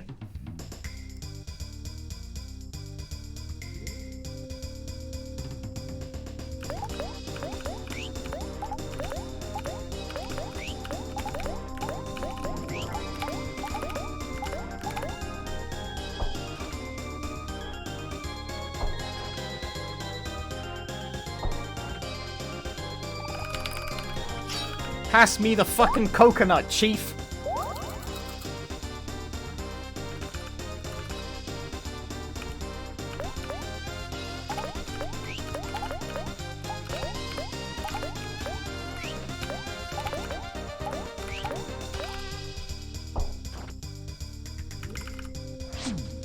Oh, Aubrey went first.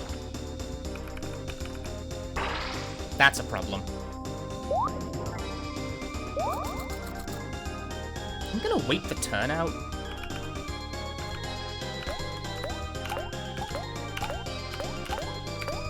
So here's the thing with that. When he flexes and feels his best, his next attack does 2.5 damage. That's a problem. That's the worst thing he could have done. God fucking damn it.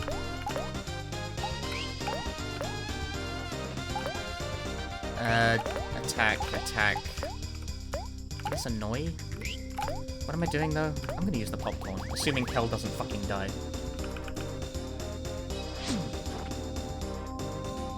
Kel's dead. I triggered the ult. Oh, Aubrey died too. What fun. I didn't succumb, though.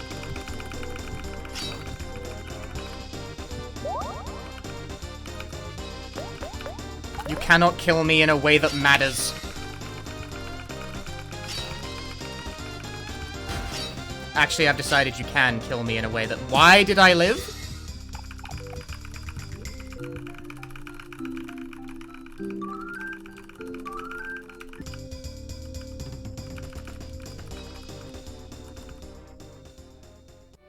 That absolutely should have killed me. I don't know why I lived. That shouldn't have happened. What the fuck? This fucking guy has managed to do this to me. Wait, he doesn't have fast food?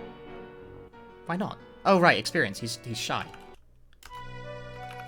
Well, I saved time, whatever. Invalid run. Wait, is that how it works? I thought once it, like, didn't I lose the plot armor state because I didn't succumb?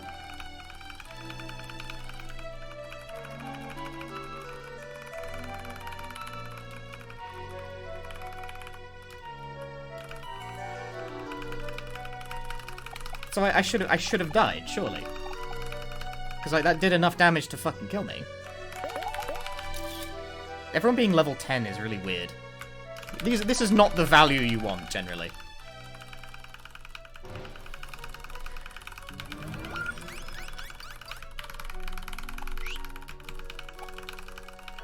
No, I didn't miss. It definitely hit.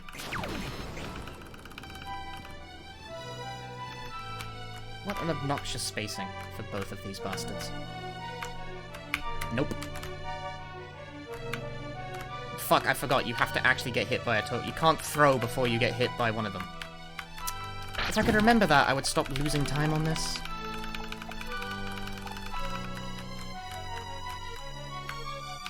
Go back down and do the other one. God damn it. Yeah, no, I stood at 1. I don't know, I just didn't die there. I feel like I totally should have. I got bailed out really hard there.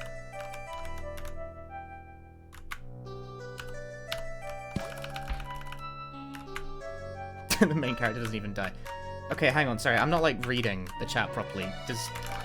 Is everyone just as baffled as I am by that, or does someone actually know?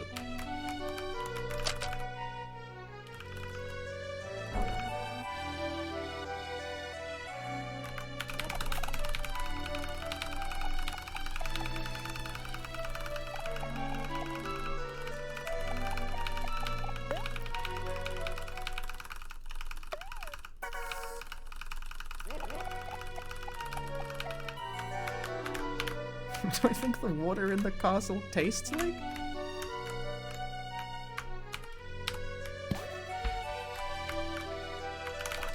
Why do you say these things?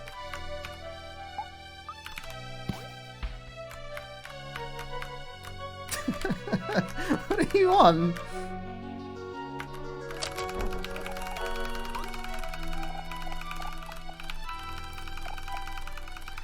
I sure have done fucked with this, though. Like, the fact that multiple people have died during Maximus fights and I'm just going anyway is like, I don't fucking know what the speed values are anymore. Everything's a fucking disaster on that front. I'm gonna have to go the other route, because that guy's in the way. I guess I'm doing bottom right first. Calculated.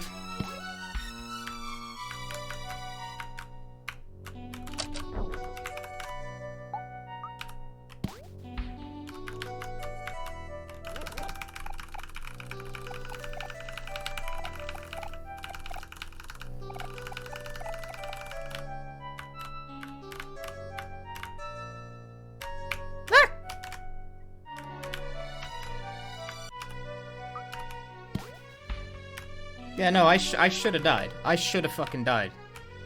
I absolutely should have died there. That should have killed me. And the game fucking bailed me out really hard. I did heal with popcorn, that's true. It took me back up to 55 health, but like I already like spent my plot armor. So I should have died, right? You can clip that if you want.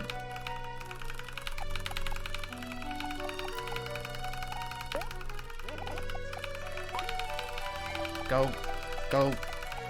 Go before he comes back.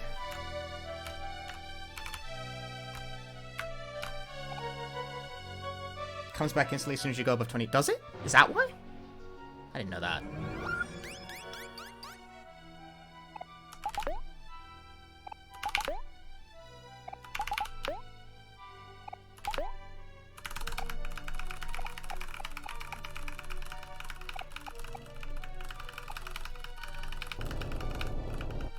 Abby's eye is a special item.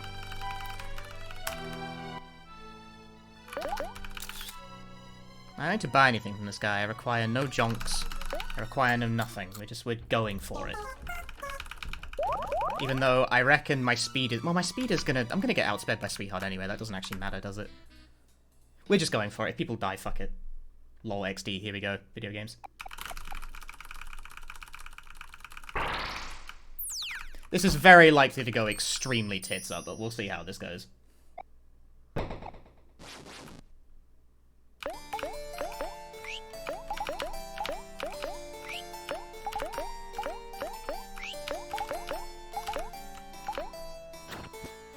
Fine by me. Oh, right, yeah, after she tapped the dialogue.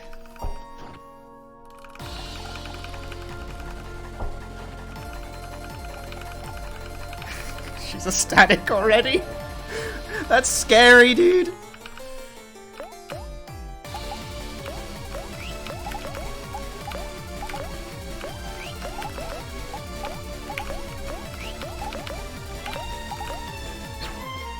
Don't miss.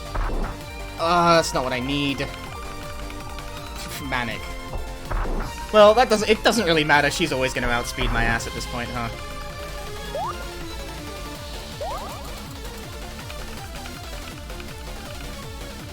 How is it over next turn, though?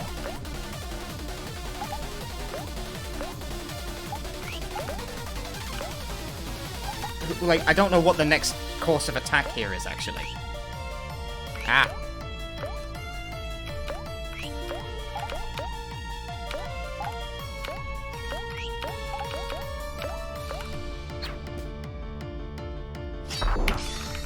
I don't actually know what the plan here is. Mock, attack, plus follow. Oh.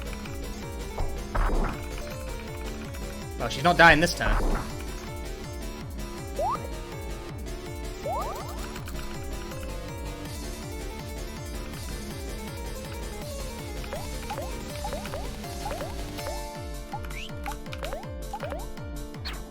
Why does she keep fucking missing? Oh, yeah, no, you're right. Okay, that's what I should have done. I didn't actually know. Okay, so that could have been a turn shorter. Hey, he finally learned fast food. How about it? Mock attack. Wait, how do you mock? Oh, no, you follow up with Aubrey. Right, okay.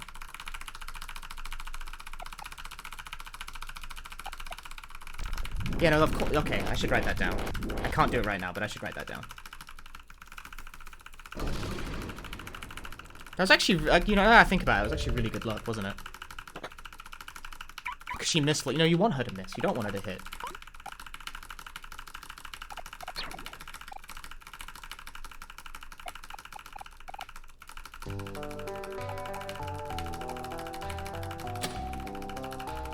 You put stab back on? Over what, though? Oh, over, you put it over mock. You'd use, yeah, okay, no, that makes sense, actually. You get, like, one use out of mock in this run. No, that makes sense, That's very logical. I have to remember that. I'm very much playing this by ear. Like, if you haven't noticed from the fact my Maximus fights are still ginormous clusterfucks, because I haven't, like, made a strat yet, I'm just doing shit.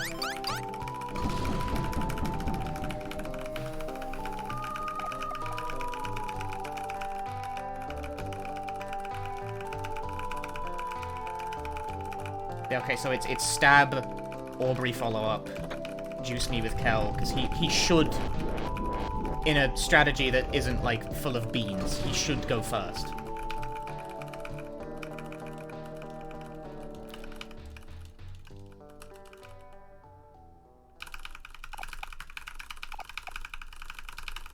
But, Kel died fucking twice.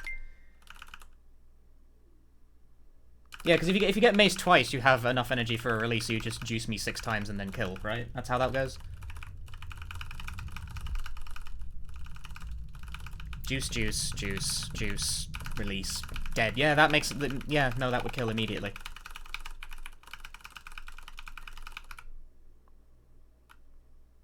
Because the 4th juice meat puts her straight into manic, and then that just kills straight away.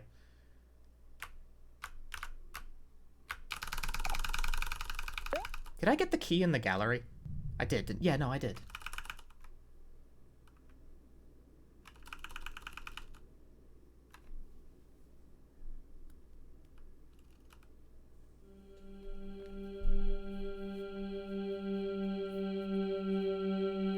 I would have chanced it, except Sweetheart missed every fucking hit and didn't do Mace a single time. I think that's the only fight I've ever had of the only time that boss in this run has never not done, like, the mock attack on me where she makes everyone angry. But that's only because she had, like, 4 turns to do it.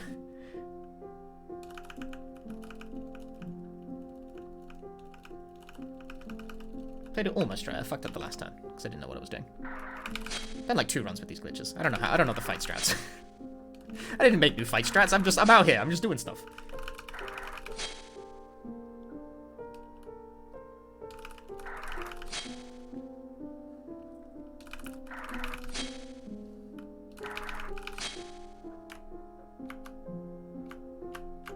L. She didn't last run either. Did she not? I thought she did at least once. Don't correct me in my stream.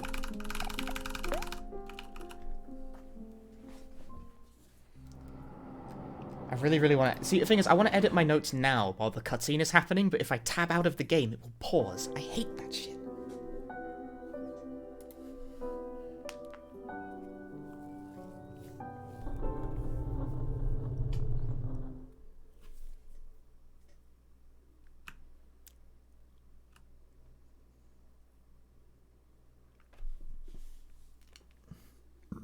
I wonder what kind of effect Kel having, like, a lower level than the rest of the party is going to have on the rest of the run. Probably not much. Stab thyself.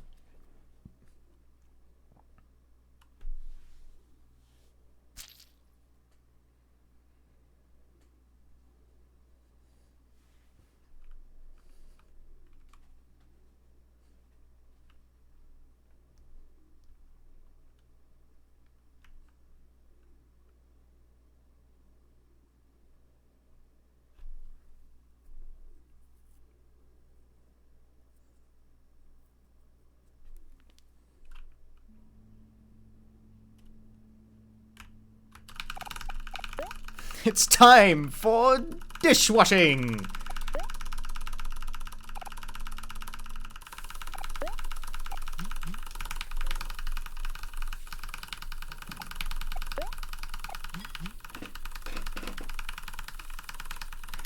I'll two-shot everything anyway, but whether or not Kel manages to, like, get a fucking turn in is kind of important.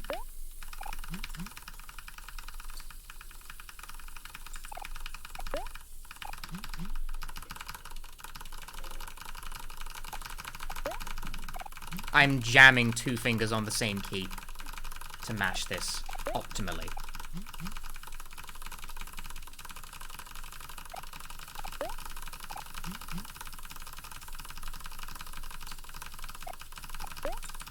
The sheer level of mash.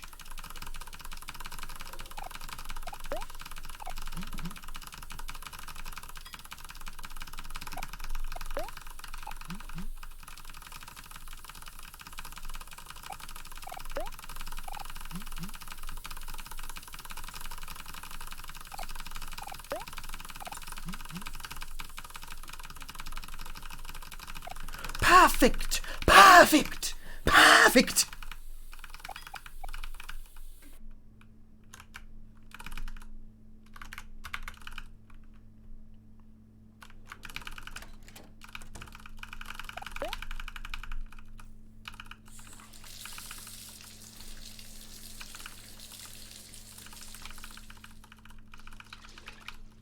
Yeah, no, I have noticed that you can only break certain items.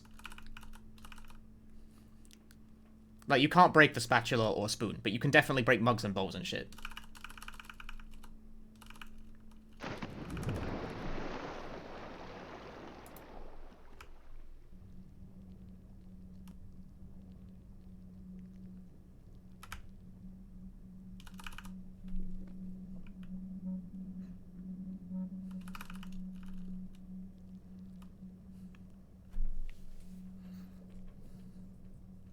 This just reminds me why I'm a shower person.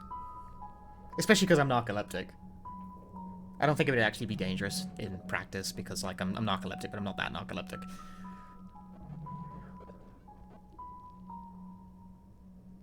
But at the same time, I don't exactly want to find out.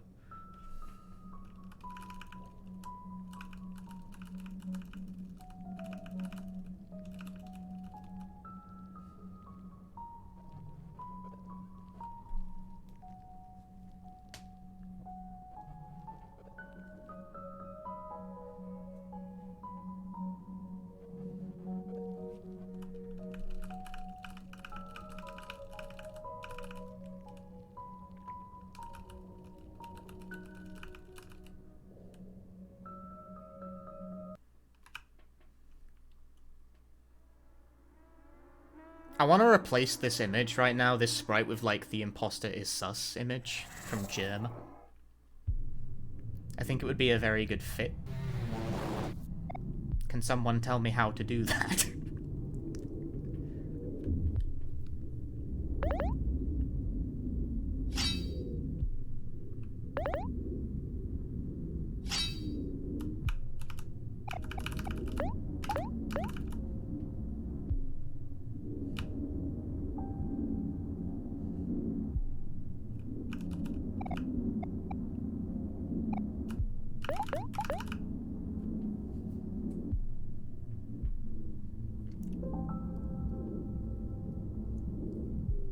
The letter is S. Wait, so if it's got an S in it, it can break. Well, no, that doesn't make sense, because number one mom mug can break. There's no S in mom.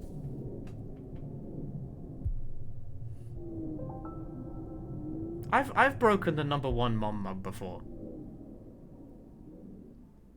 I'm 100% certain I have, at least once.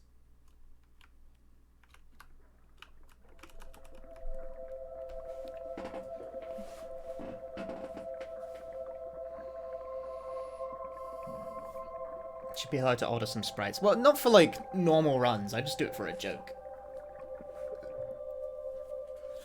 I'm not into, like, texture mods for my speedruns, but, I also don't really care much about them either.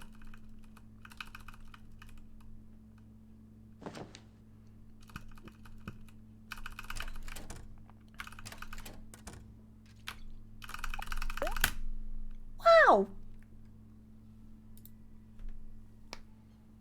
The variable isn't for dish name, it's dish ID.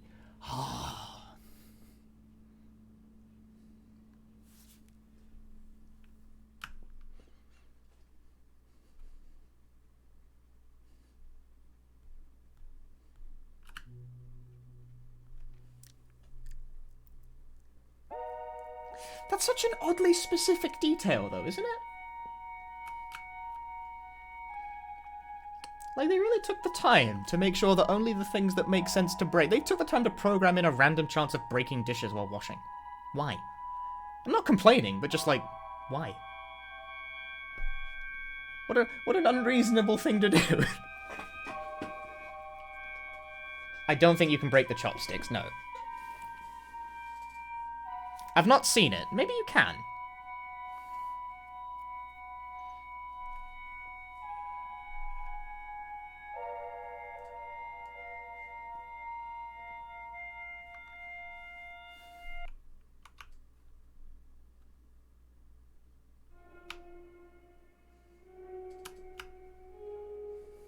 So every copy of Omori is personalized. My notes contain an obvious error here. I think I would have done something about that by now.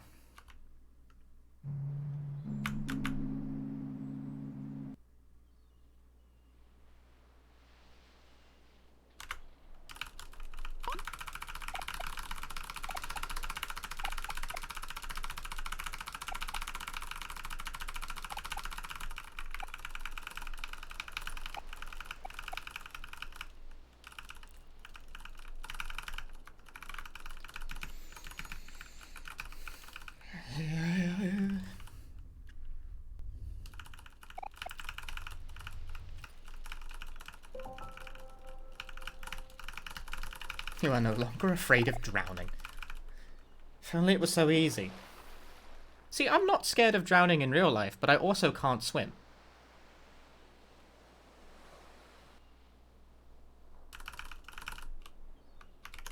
So if I was to, say, suddenly be pushed into a lake, I would find myself very much suddenly quite afraid of drowning, as I cannot swim.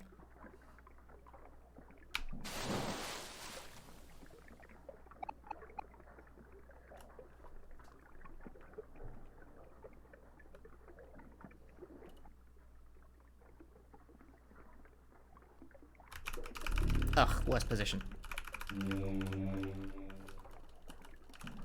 Because the hole is going to block my advance.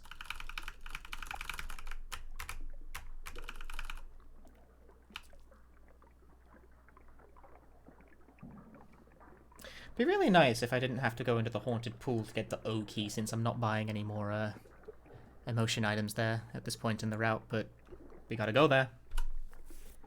It's got this whole fucking intro sequence attached to it, and it's like, man. Floating is easy? Well, I don't know how to do that either.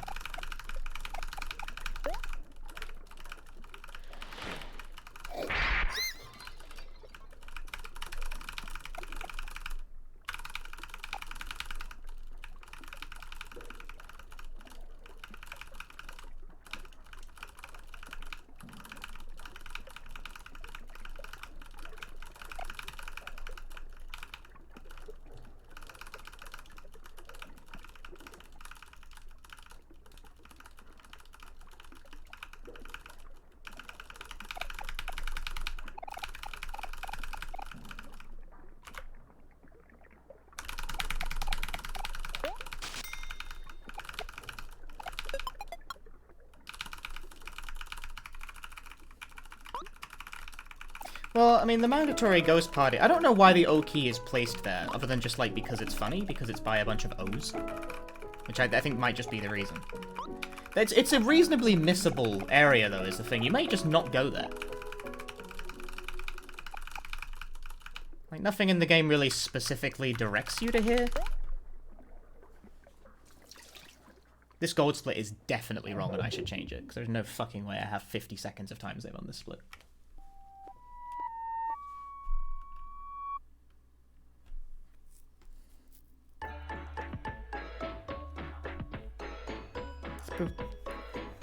The other mandatory keys tend to be very on the critical path. This is like the only one that's not. Other than like the C key, I guess. I think the C key is the most easy to overlook, and it's the one we get last for that reason.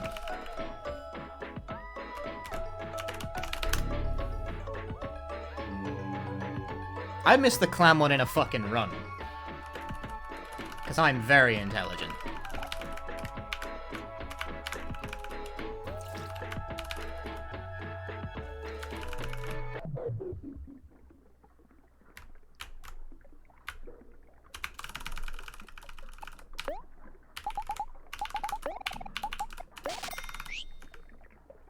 I forget it's the first menu option.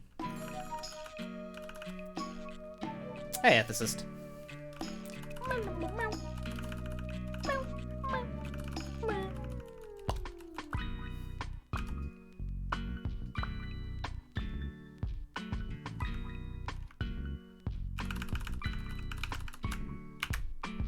Oh, I got away with it.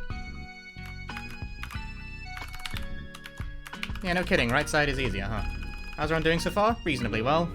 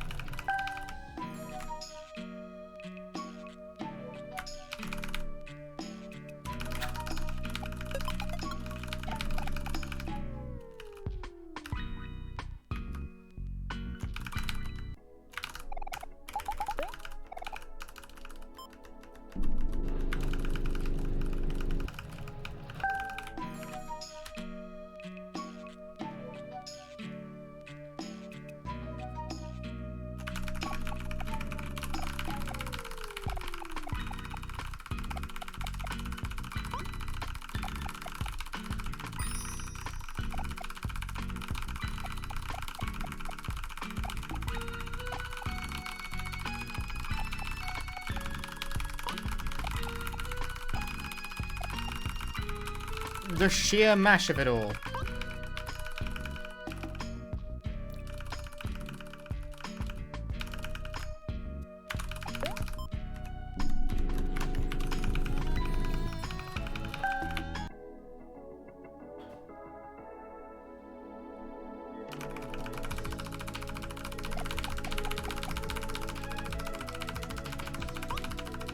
Tagga, tagga, tagga, tagga, tagga, tagga, tagga, tagga, tagga, tagga, tagga, tagga.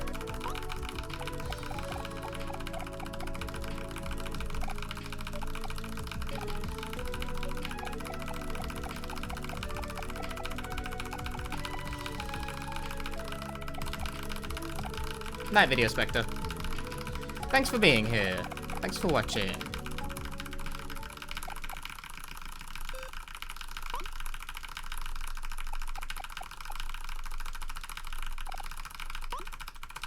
Just press buttons for 3 hours.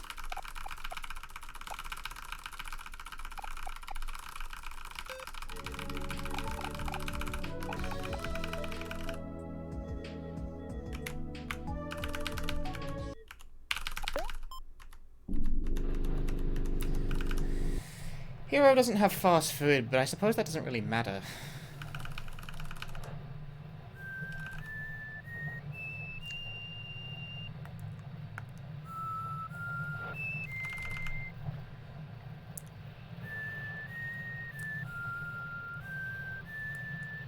Not every game, just pressing buttons. I mean, well...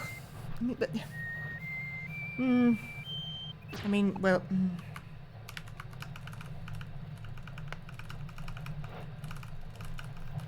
Well...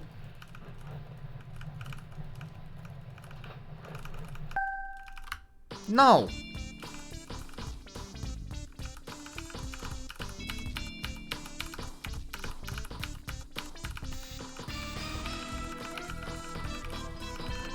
I have no idea what the turn order is for Pluto, so I'm just gonna have everyone do Rotten Milk. Oh, I can skip this, hang on. I'm mashing when I shouldn't. Claire, the gamer.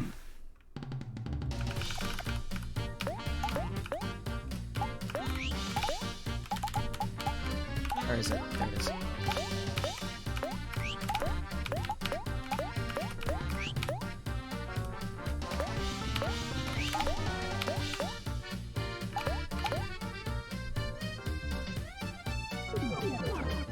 Why did he use it on... Does it matter? No, it doesn't.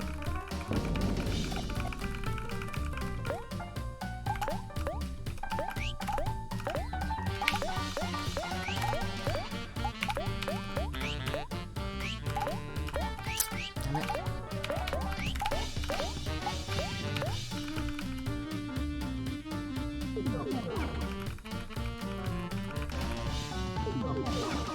He'll get rough. No, hero, the guarding and like, okay, why not?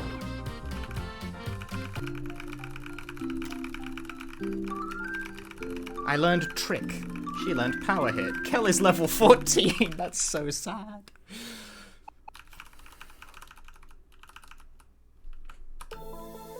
I forget if is there any pre-fight dialogue to even mash for Pluto?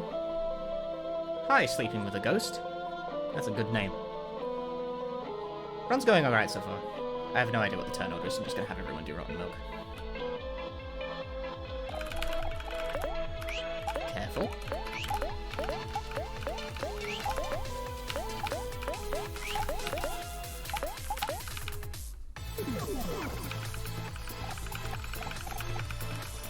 Watch Kel get one shot.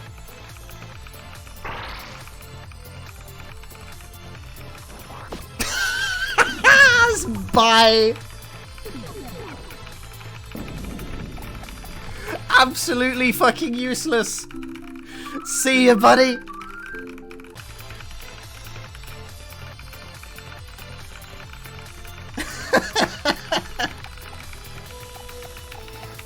Like anyone else, and it wouldn't matter.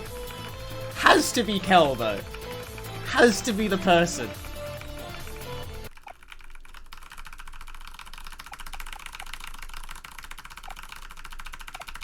I don't think that matters a huge amount.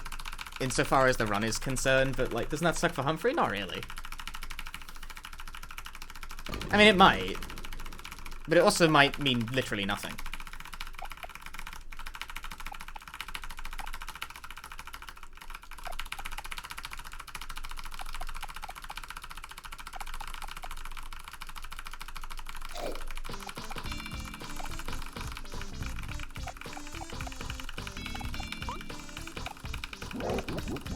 Kel can get fucking obliterated on the last phase anyway.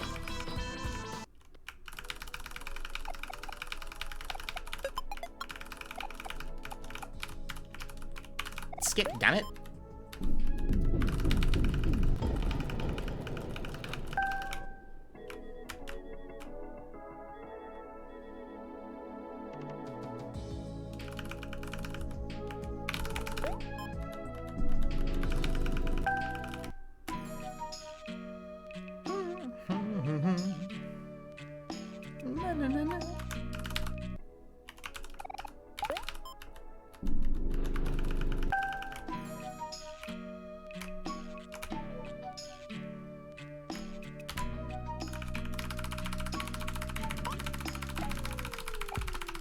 He just gets killed by everyone. And furthermore, it now doesn't even really matter if he dies.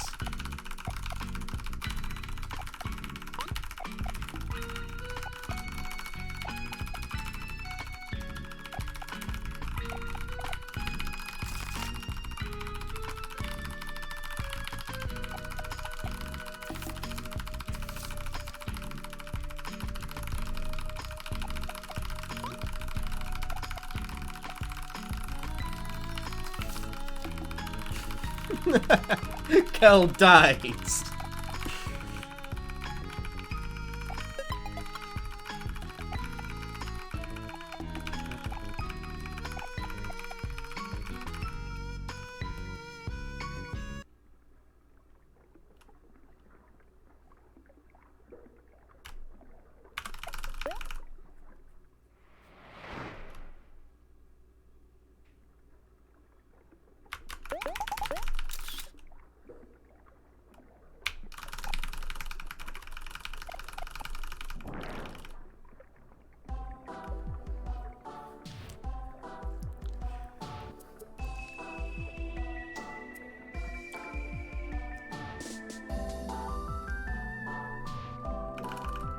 I forget to split all the time.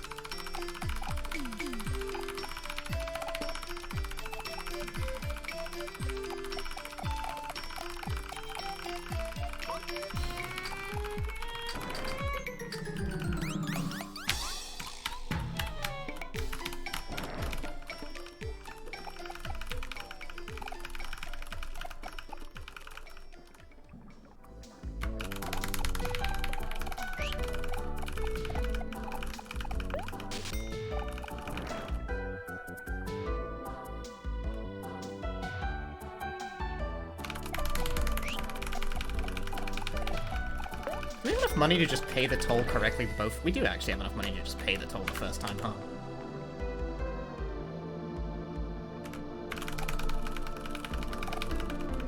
I didn't think about it before. It's a little time save, but it's something. No reason not to do it, moreover. Really? I saved that much time? On what?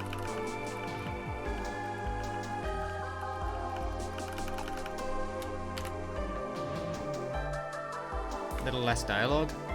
That's true, isn't it?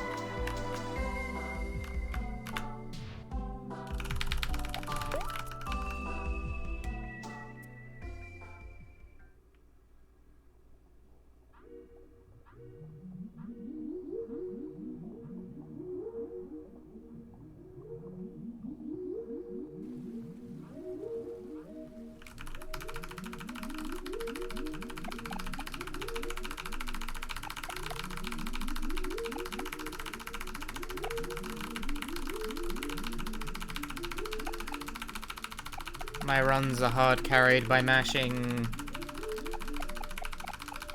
Tips on getting 100% achievements? Look up the requirements to do them and do them? I don't know. What are you, like, stuck on precisely?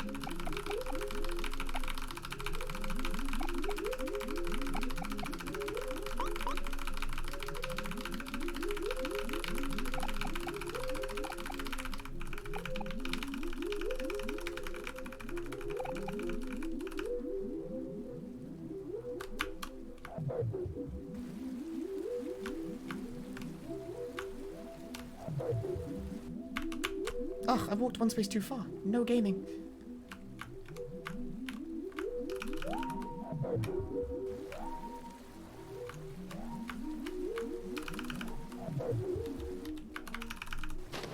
I do recommend having a guide on hand for, like, faux facts, because there are missable enemies in this fucking game. They took out, like, a huge chunk of them. They made it so you could get them even after you did a certain thing that normally made it impossible to get them.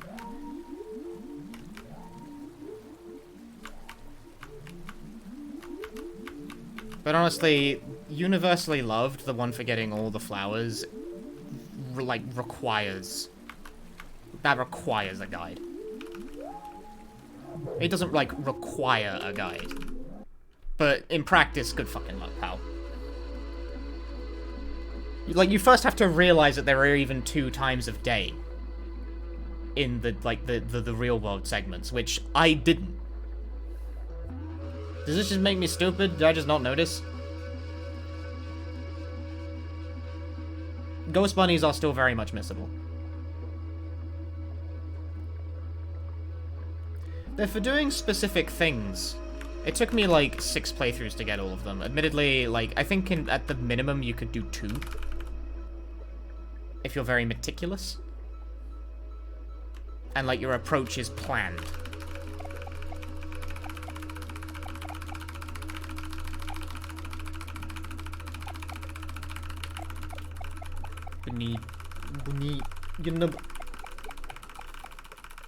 There's a very slight change in lighting for when it, like, goes from morning to, like, afternoon, and the quest line... one of the most difficult ones, or at least one of the ones that's hardest to pass, is 2 quests that have pretty much the same objective, where you need to track down a character both in the morning and in the afternoon, because they change every single time. You have Mincy, the artist, and you have the cat. The cat especially, because it's not clear that feeding the cat every single opportunity you get will do something meaningful for you, but it is in fact required.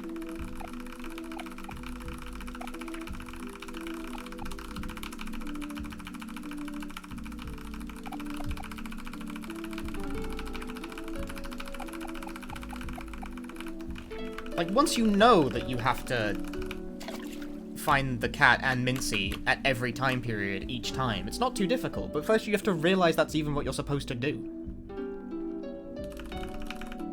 Because you can go basically anywhere.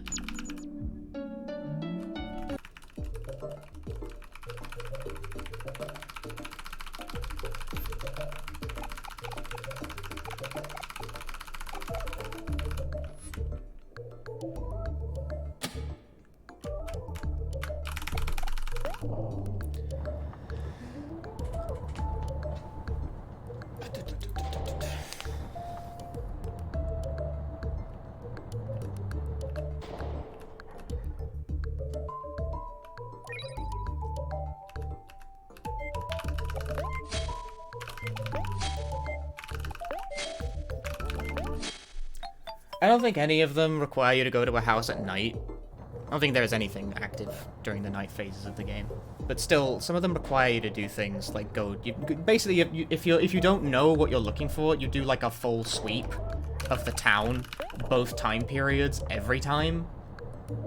And like that just takes fucking ages. It could be done. But oh man, I would save yourself the hassle and just look up a guide.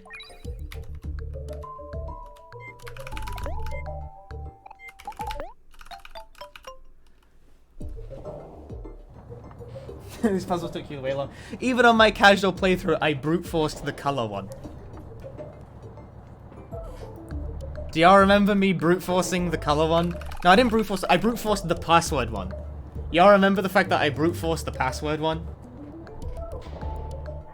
I have no idea how you're meant to figure that puzzle out normally. I have never not brute forced it, because I am a dumbass. Just a thundering idiot.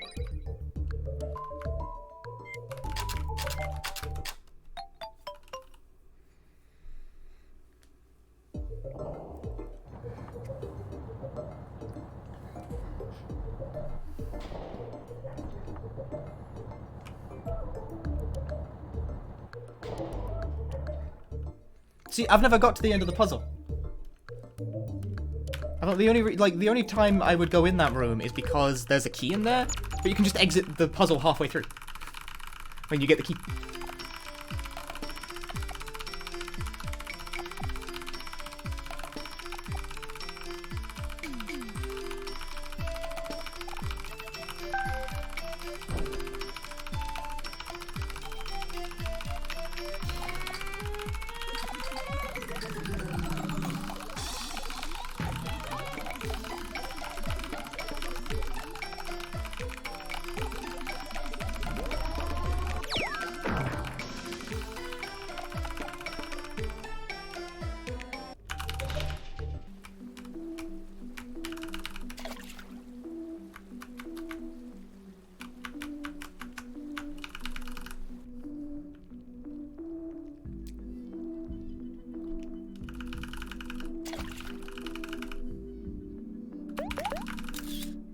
The OMORI soundtrack is so fucking good, I've been looking at other works by the composer to find new games to play. Do you know they composed for Ooblets as well? That game everyone got mad at because the dev announced they were going on the Epic Game Store in a kind of tongue-in-cheek fashion and it got blown way out. I regret. I had bad takes about that back then, I'm not gonna lie. I regret those takes in hindsight. That's not gonna work. Are you? Wow, what an asshole. I tried to back that up and still got fucked for it. There. Which game is that? It's like this gardening battle simulation type game. I think. I'm not actually that familiar with it. But it's got music by the same composer, so cool. Ooblets has the same composer guy as OMORI Dori. But that game is probably best known for the quote-unquote controversy surrounding it, because it announced it was going to Epic Game Store in its kind of like a tongue-in-cheek fashion. I found a can? in a kind of tongue-in-cheek fashion, and the internet took it super personally. I'm not gonna claim I wasn't one of those people who like made it out to be a much bigger fucking deal than it actually was, because I totally was at the time, and in hindsight I was completely wrong about it.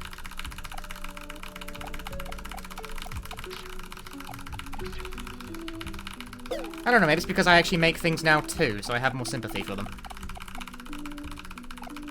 Like, it's one of those things where they did a press release that was kind of in there, hey, we're on the Epic Games Store now. What up? And, like, the entire internet read it and was like, this is disrespectful as a, like, potential customer. But, like, it's like, you weren't a potential customer. You were never going to buy Ooblets. I wasn't going to buy Ooblets. I'm only thinking about it now, in hindsight, because the composer's the same. Maybe I will buy Ooblets now. What a concept. So, like, it's the kind of thing where, like... It's the kind of thing where someone on Twitter with like 300 followers says something maybe mildly stupid. And for what it's worth, I think joking about being on Epic is not even mildly stupid, but it is a bit like slap the beehive. But the thing is that the respective reaches of the platforms didn't warrant the shit that they got.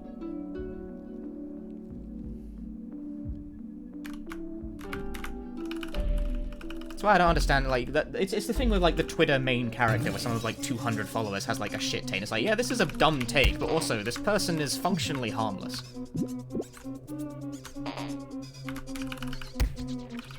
I try to partake less of dunks of that nature, because it never goes anywhere meaningful. I feel like Ooblets was much the same, only in their case it wasn't even, like, a bad take, it was just a slightly jokey take. Not even a take. Just a tongue-in-cheek announcement. A thing intended to be read by an audience that mostly consisted of, you know, people who were paying attention to their game's development, and it got extrapolated out well beyond that, and it reached a point because every gamer believes themselves to be a potential customer for every game, even though that's obviously not true.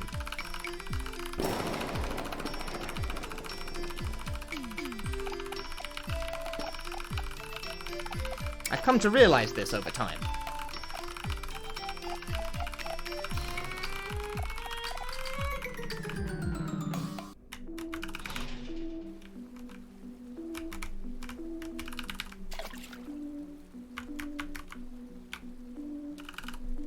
But anyway, Ooblets has the same composer as this game. I mean, this game has a few composers, but, like, the person who did the majority of the soundtrack, I think, was Pedro Silva. It's definitely a majority. There are plenty of other people, and some of their songs are also very, very good. But I'm pretty sure the majority is that guy.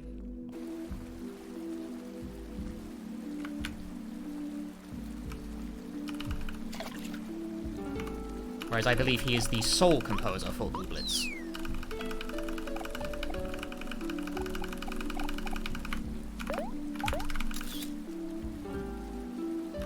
Stay hydrated. In a moment. Pedro Silva and Jamie Lynn. That sounds right. Yeah, so like, the composer's strength is such that I am honestly interested in potentially picking up Ooblets one day just because he does really good music. Because I wanted to see what other thing he'd worked on. And it's pretty much, as far as games go, just this and Ooblets. As far as games that have been released go, at least. Because, like, I do that. I pay attention to individual creators when it comes to, like, if there's a composer I particularly like, I do follow them around. That makes it sound weird.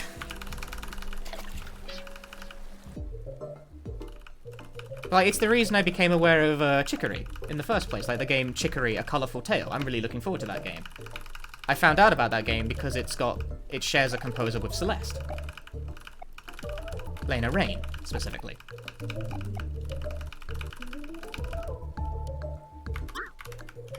Can this guy, like, get out of the fucking way? Thanks.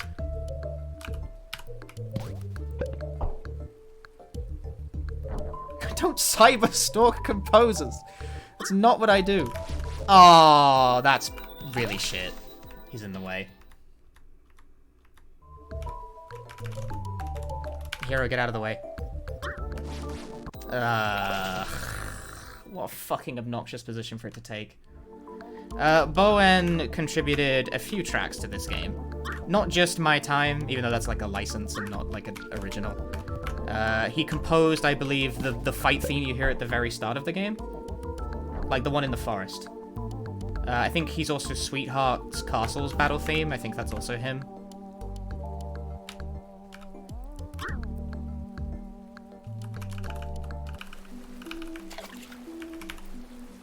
He didn't do a huge number of songs for this game, but the ones he did do are very good. Can that bubble get out of the way? Bubble. Bubble, please. Bubble, bubble. No! This game sucks. It's not Sweetheart's battle theme, it's the Castle battle theme. I think Sweetheart's battle theme proper is another Pedro track. I think. I could be wrong about that. I don't have, like, the composer credits memorized for every single song in the game. A lot of respectable people did music for Yeek, actually. And for what it's worth, Yeek's soundtrack is actually not bad. I know praising Yeek is, like, the sign of the uncultured, but if there's one aspect of that game that actually does shine, the music, in a vacuum, isn't half bad.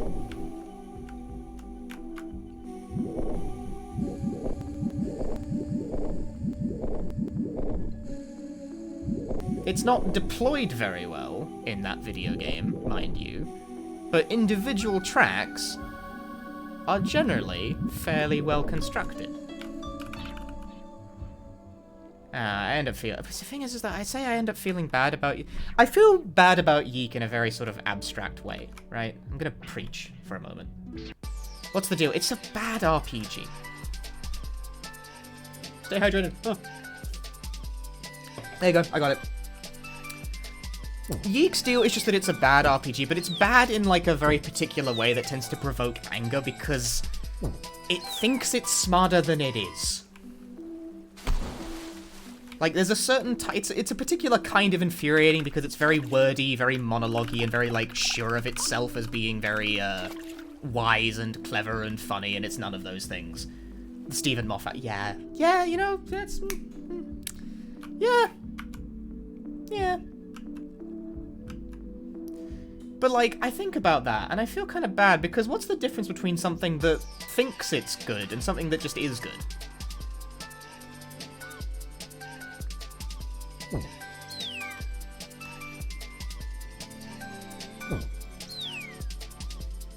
Like, you need the courage to believe that what you've written is something that is good and funny and clever.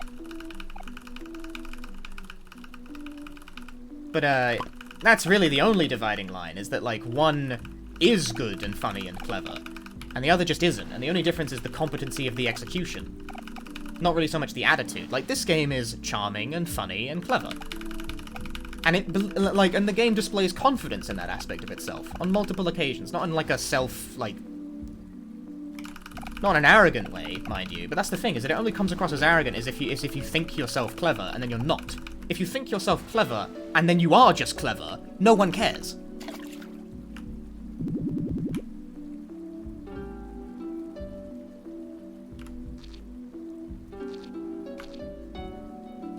Like, this game is clever.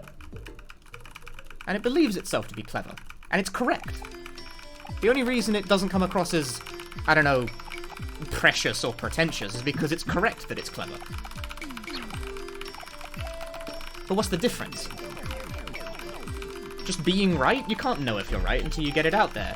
There's, like, more yikes things to do with Yeek as well, how the plot kind of revolves around the murder of an actual real person in the human world who the developer was kind of weirdly infatuated with. That gets weird, but my basic broad gist here about, like, the confidence to believe your work is clever and how it comes across as annoying if it just isn't as clever as you think it is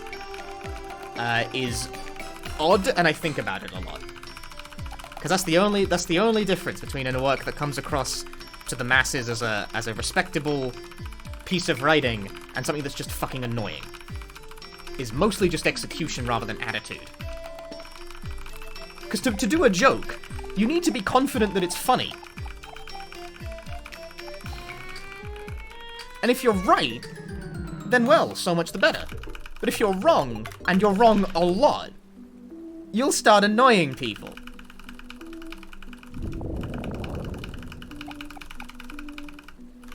I'm sure some of you understand perfectly what I mean here.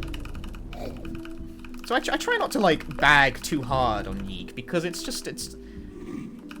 Thing is, it's bad in a way that tends to sort of provoke a very primal kind of irritation, because something that believes itself to be funny and clever that turns out to not be is just very annoying to put up with.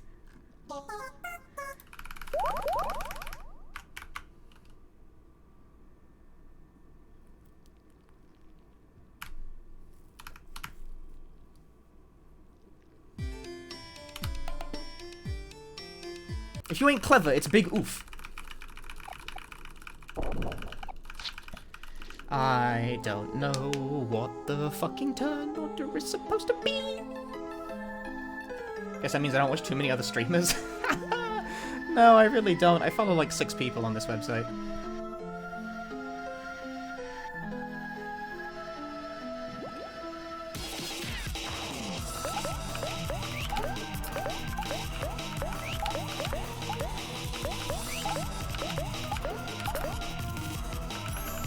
It's for safety. That doesn't help if they do that. Oh god, Kel. He's okay. The fight ends.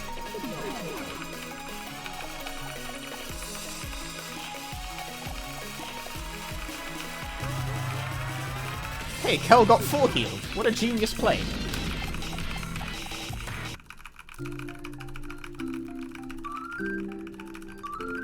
You get what I'm talking about.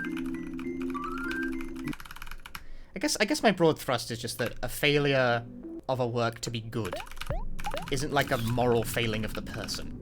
Although there are very questionable things about Yeek in particular. It should be noted.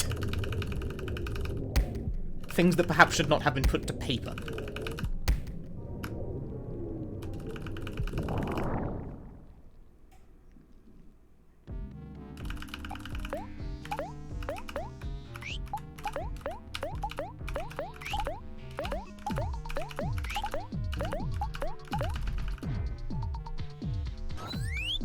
I should have snack timed. I don't know why I didn't.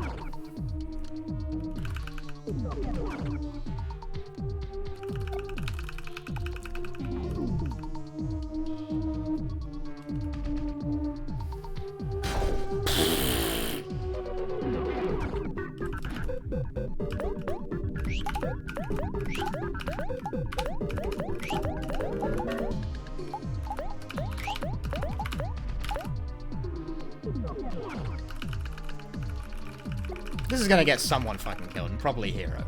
Actually, if Hero dies, it's fine. If I die, it's less fine. Or he could just miss. No, I think I just win, actually. Yeah, I win.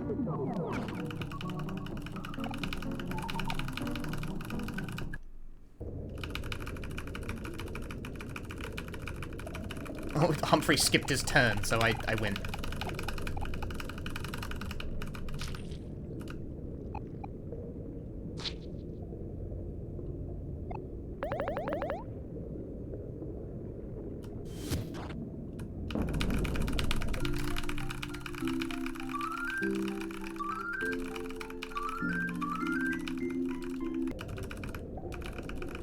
And that's that.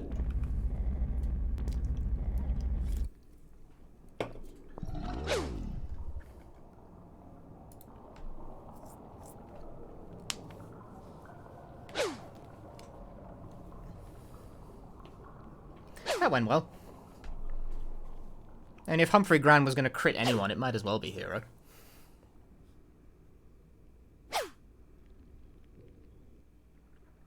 No, I guess it's not weird. Juice Me at least sort of is like complex to explain because of how it does percent current health damage, whereas Rotten Milk is just 2 turns, you kill everything.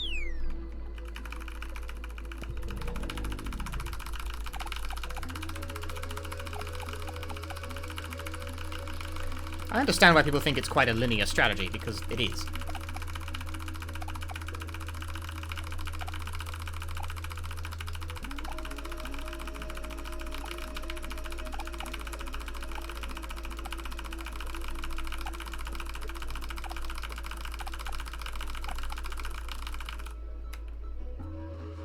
I said I couldn't guarantee this run would be a PB. But stuff went well, okay? I got the skill swap in a fairly reasonable amount of time. It's not quite as silly. It takes like at least like 3 to 4 turns to kill people with all juicer. With all juice meat.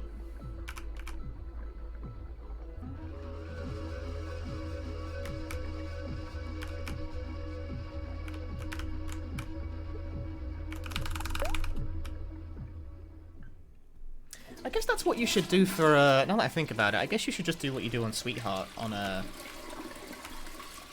Maximus as well.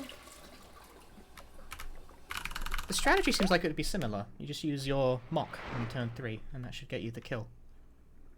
Generally speaking, anyway.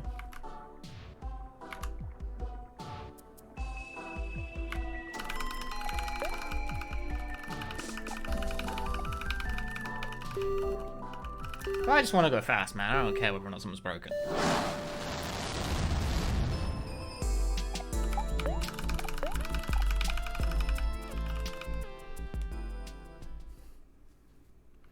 I am out here to go quickly.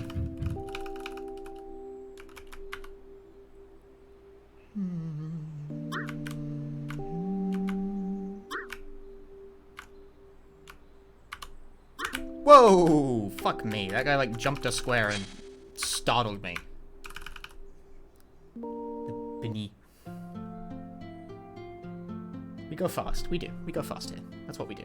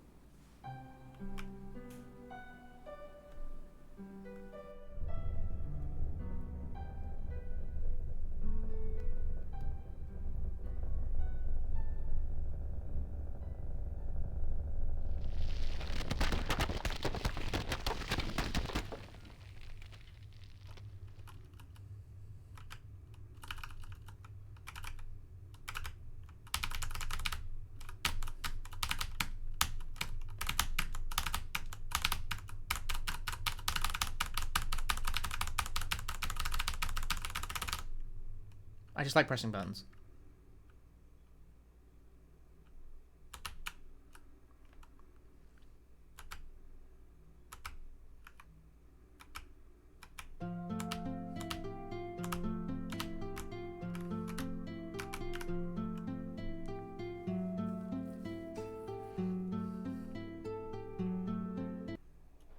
I love to clack the keys, dude.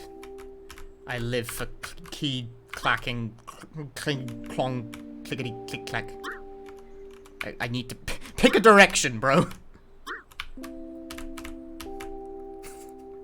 I couldn't fucking decide what direction I wanted to go in, so I just stood there.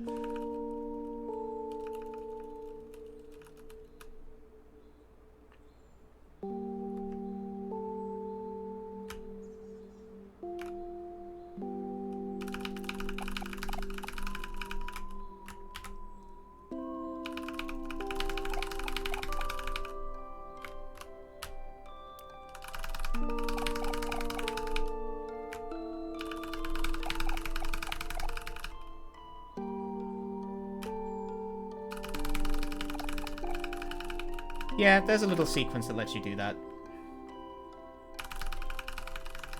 I found out about that a few hours ago.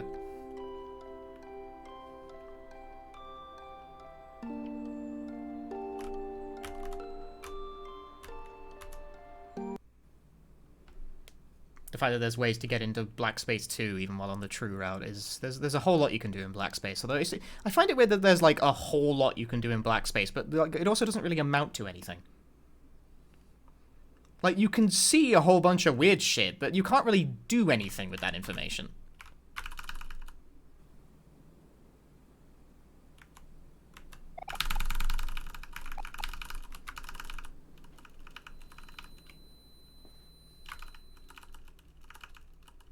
So one feels like that if we dig far enough into the black space, we'll find secret ending.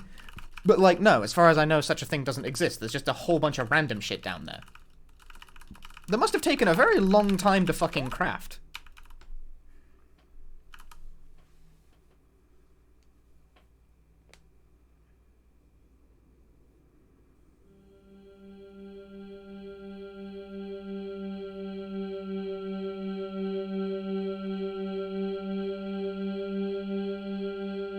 So it's like, because there's a ton of unique content, especially, like, it varies depending on the route you're on. To get into the black space areas, it's like, this must have taken a crazy amount of time to make all of this. And it's like, it's all for content that just kind of exists to be there. No, you can't get into the abyss on the true route.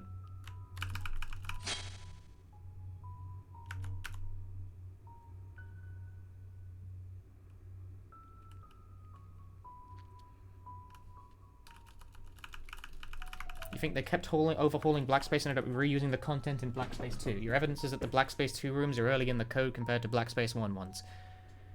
That is plausible. But the thing is, that's less interesting. that's a more boring answer than I want. Therefore, I don't believe it. Also, there's a Black Space revision file. God damn it, don't tell me things. Stop talking! You're harshing my buzz.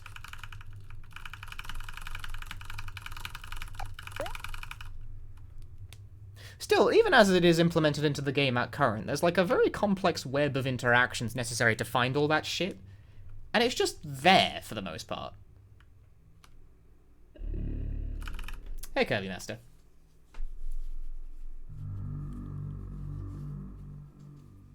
It's interesting that, like, that an effort was made.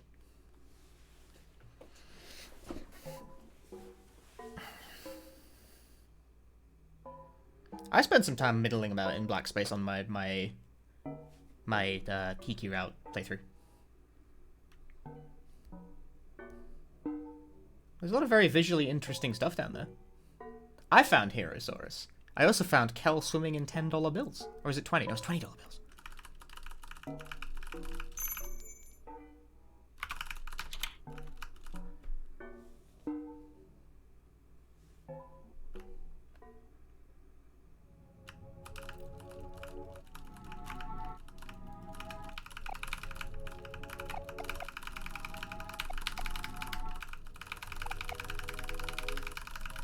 God, I'm glad this run is almost over. I'm starting to give out.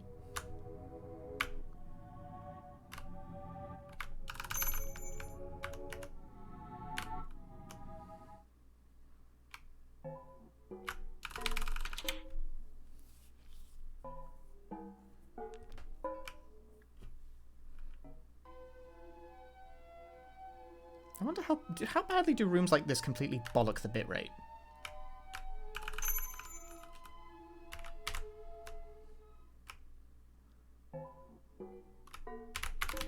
Get wrong.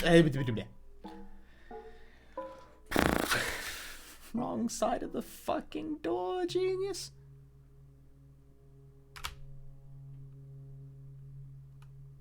Ooh, straight through the legs. What a gamer. Where's the hand? Fuck. Left. Doors don't work from both sides. Uncannily, as it turns out. No. No, they do not.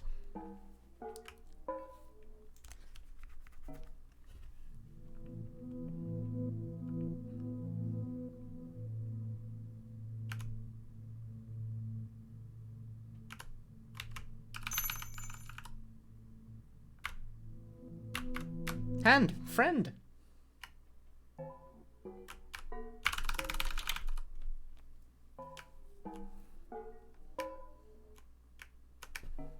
I like a lot of the Black Space tracks. I listen to them...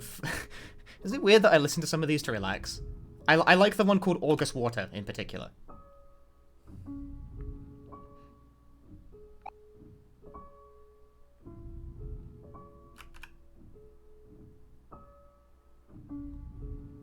Yo, Ty Tuesday. I think that's Ty Tuesday hosting. It doesn't show up in chat anymore. Twitch got rid of host notifications for some reason. So I saw that out of, like, the corner of my eye, and it was very small. I think someone hosted. Hi. Hello. You're on the tail end of, like, an Omori speedrun, and I'm about to get a sick PB, yo.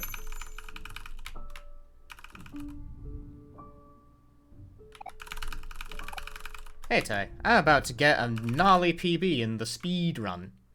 Also, this is, like, smack dab at the end of the game.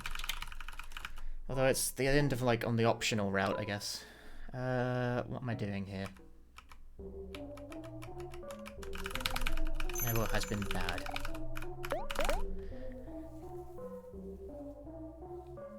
Yes, this is the RPG that came out recently, and it's kind of cute, but also I stabbed myself to leave the room because that's fast. Sorry about that. Speedrunning question. Fast? Fast.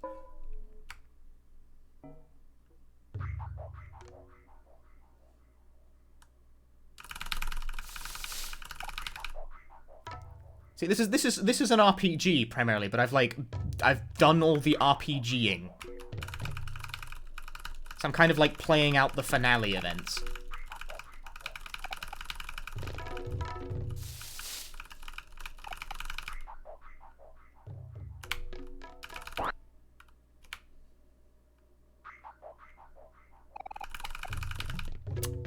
Hold the button down for this one, because I can never tell when it's going to pop up.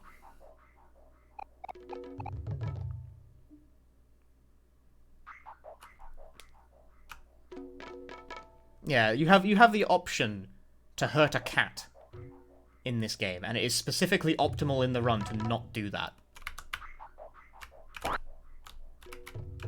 What a game, right?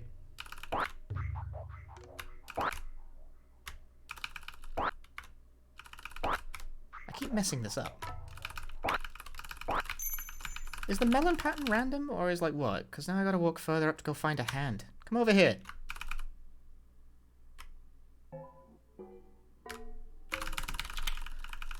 Yeah, you can just leave the room after you get the key. You don't have to... Nobody was making you stab the cat, dude.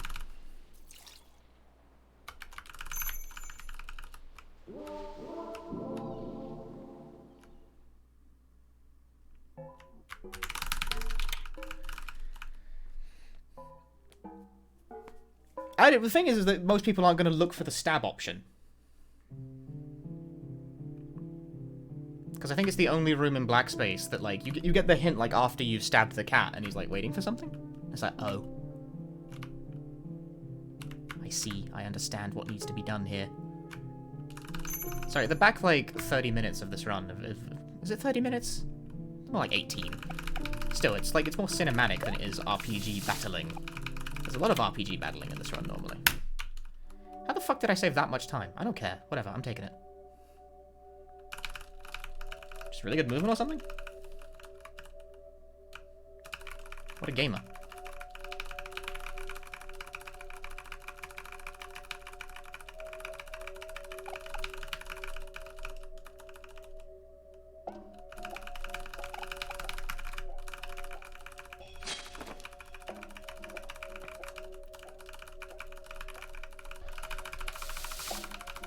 I'm mashing. A fun fact for those of you who are just joining us, mashing in this speedrun is very slightly faster than holding the button, so I have decided to subject my wrists to an unbelievable amount of punishment to gain, like, I don't know how much time over the course of a whole run, but not a massive amount. It's something, though. It's not nothing.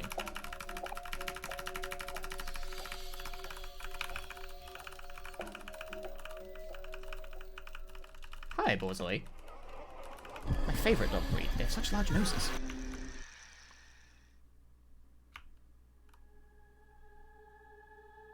Also, this is, like, massive spoilers if you're just joining us here.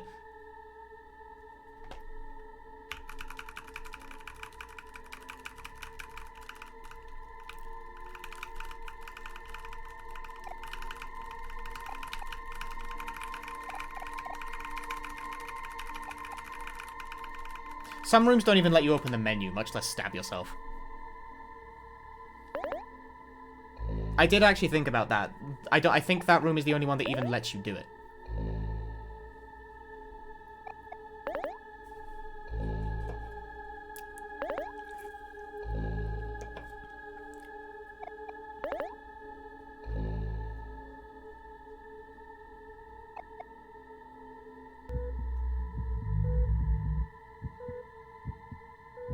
Because this shit's scripted, dog. I beat the actual final boss a while ago.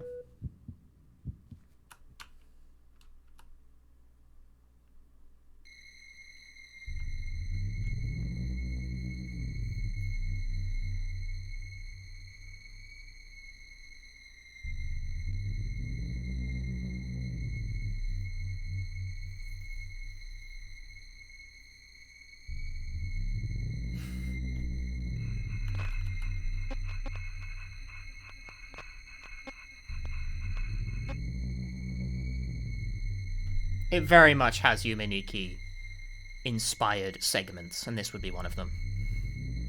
The game is not, by the way, I want to stress to people who are just coming in, the game is not primarily like this. This is like the last 20 minutes or so. The game is, in fact, mostly speaking, I have to pay them $5. A bright, happy RPG about adventures in a dreamland. Is OMORI also a something as well? Yeah. You have the fear of falling. You have the fear of spiders. You have the fear of drowning. And then you have the fear of the truth. And then you have OMORI, the fear of the self.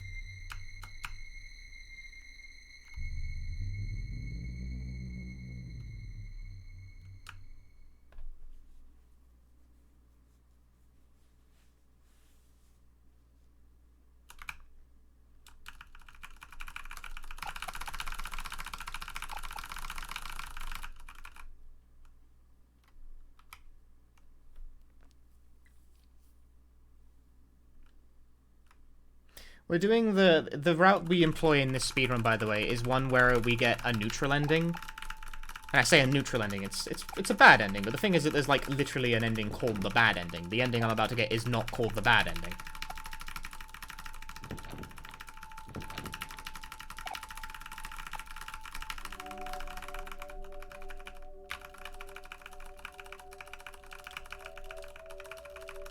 And it's an ending where instead of facing the truth and discovering what happened to himself and his life to get this way, he retreats into his fantasy and faces nothing. So in fact, we actually learn nothing about the main narrative hook in this version of the events.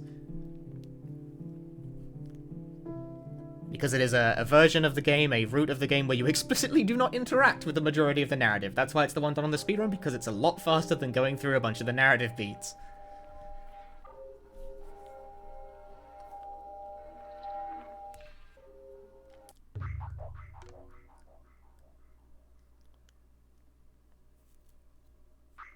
This is not an ending most people see.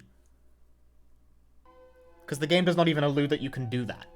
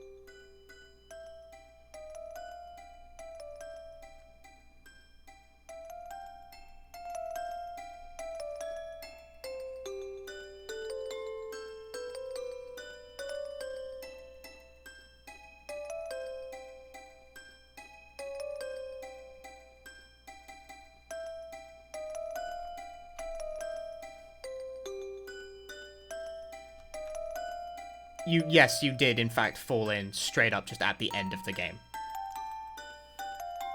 This is, like, straight up the ending. It's the unsatisfying ending that we do because it's the quick run, so this won't actually really tell you much. But it is literally the ending.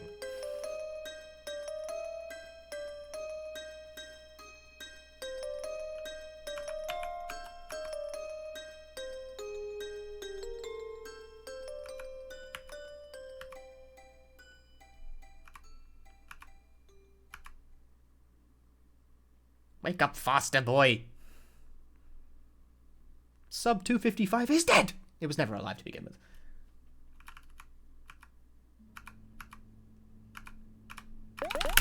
Game.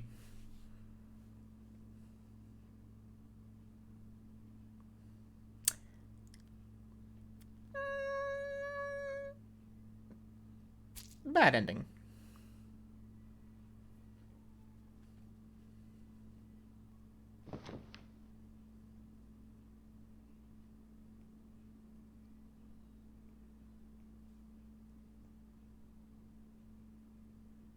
It's a PB from me, Chief. No sub 2 hours. Sub 2? Having a laugh.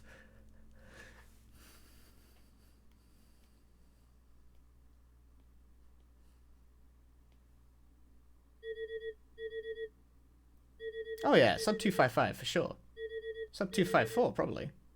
There were some very messy elements of this run still.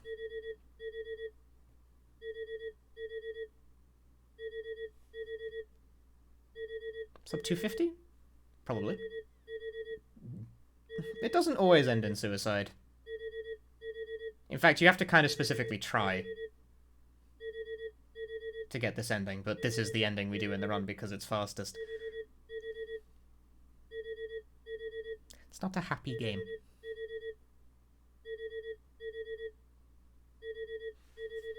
It can be bittersweet at best.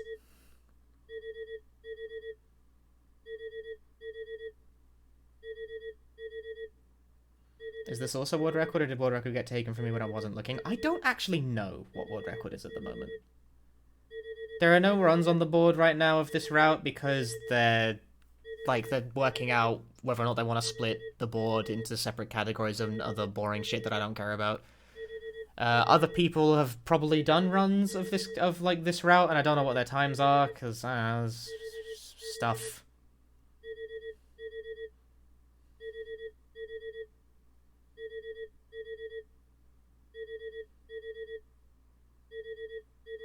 I think other people have runs, and they might be better than this, but I don't actually know.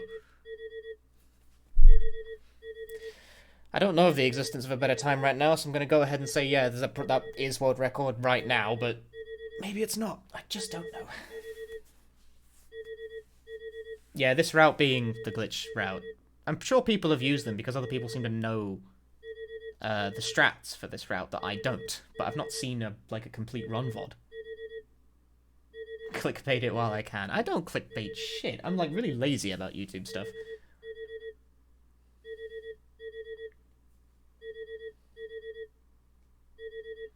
I went fast again. Yeah, for now I'll say world record. Hey, praise me. I'm very good. Look at my milk can shirt. Look at it. It's a good shirt.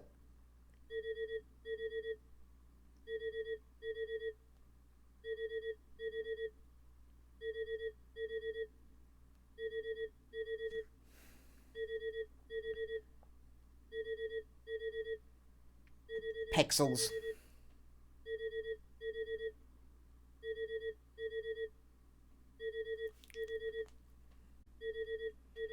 Alright, okay. Before I forget to do this,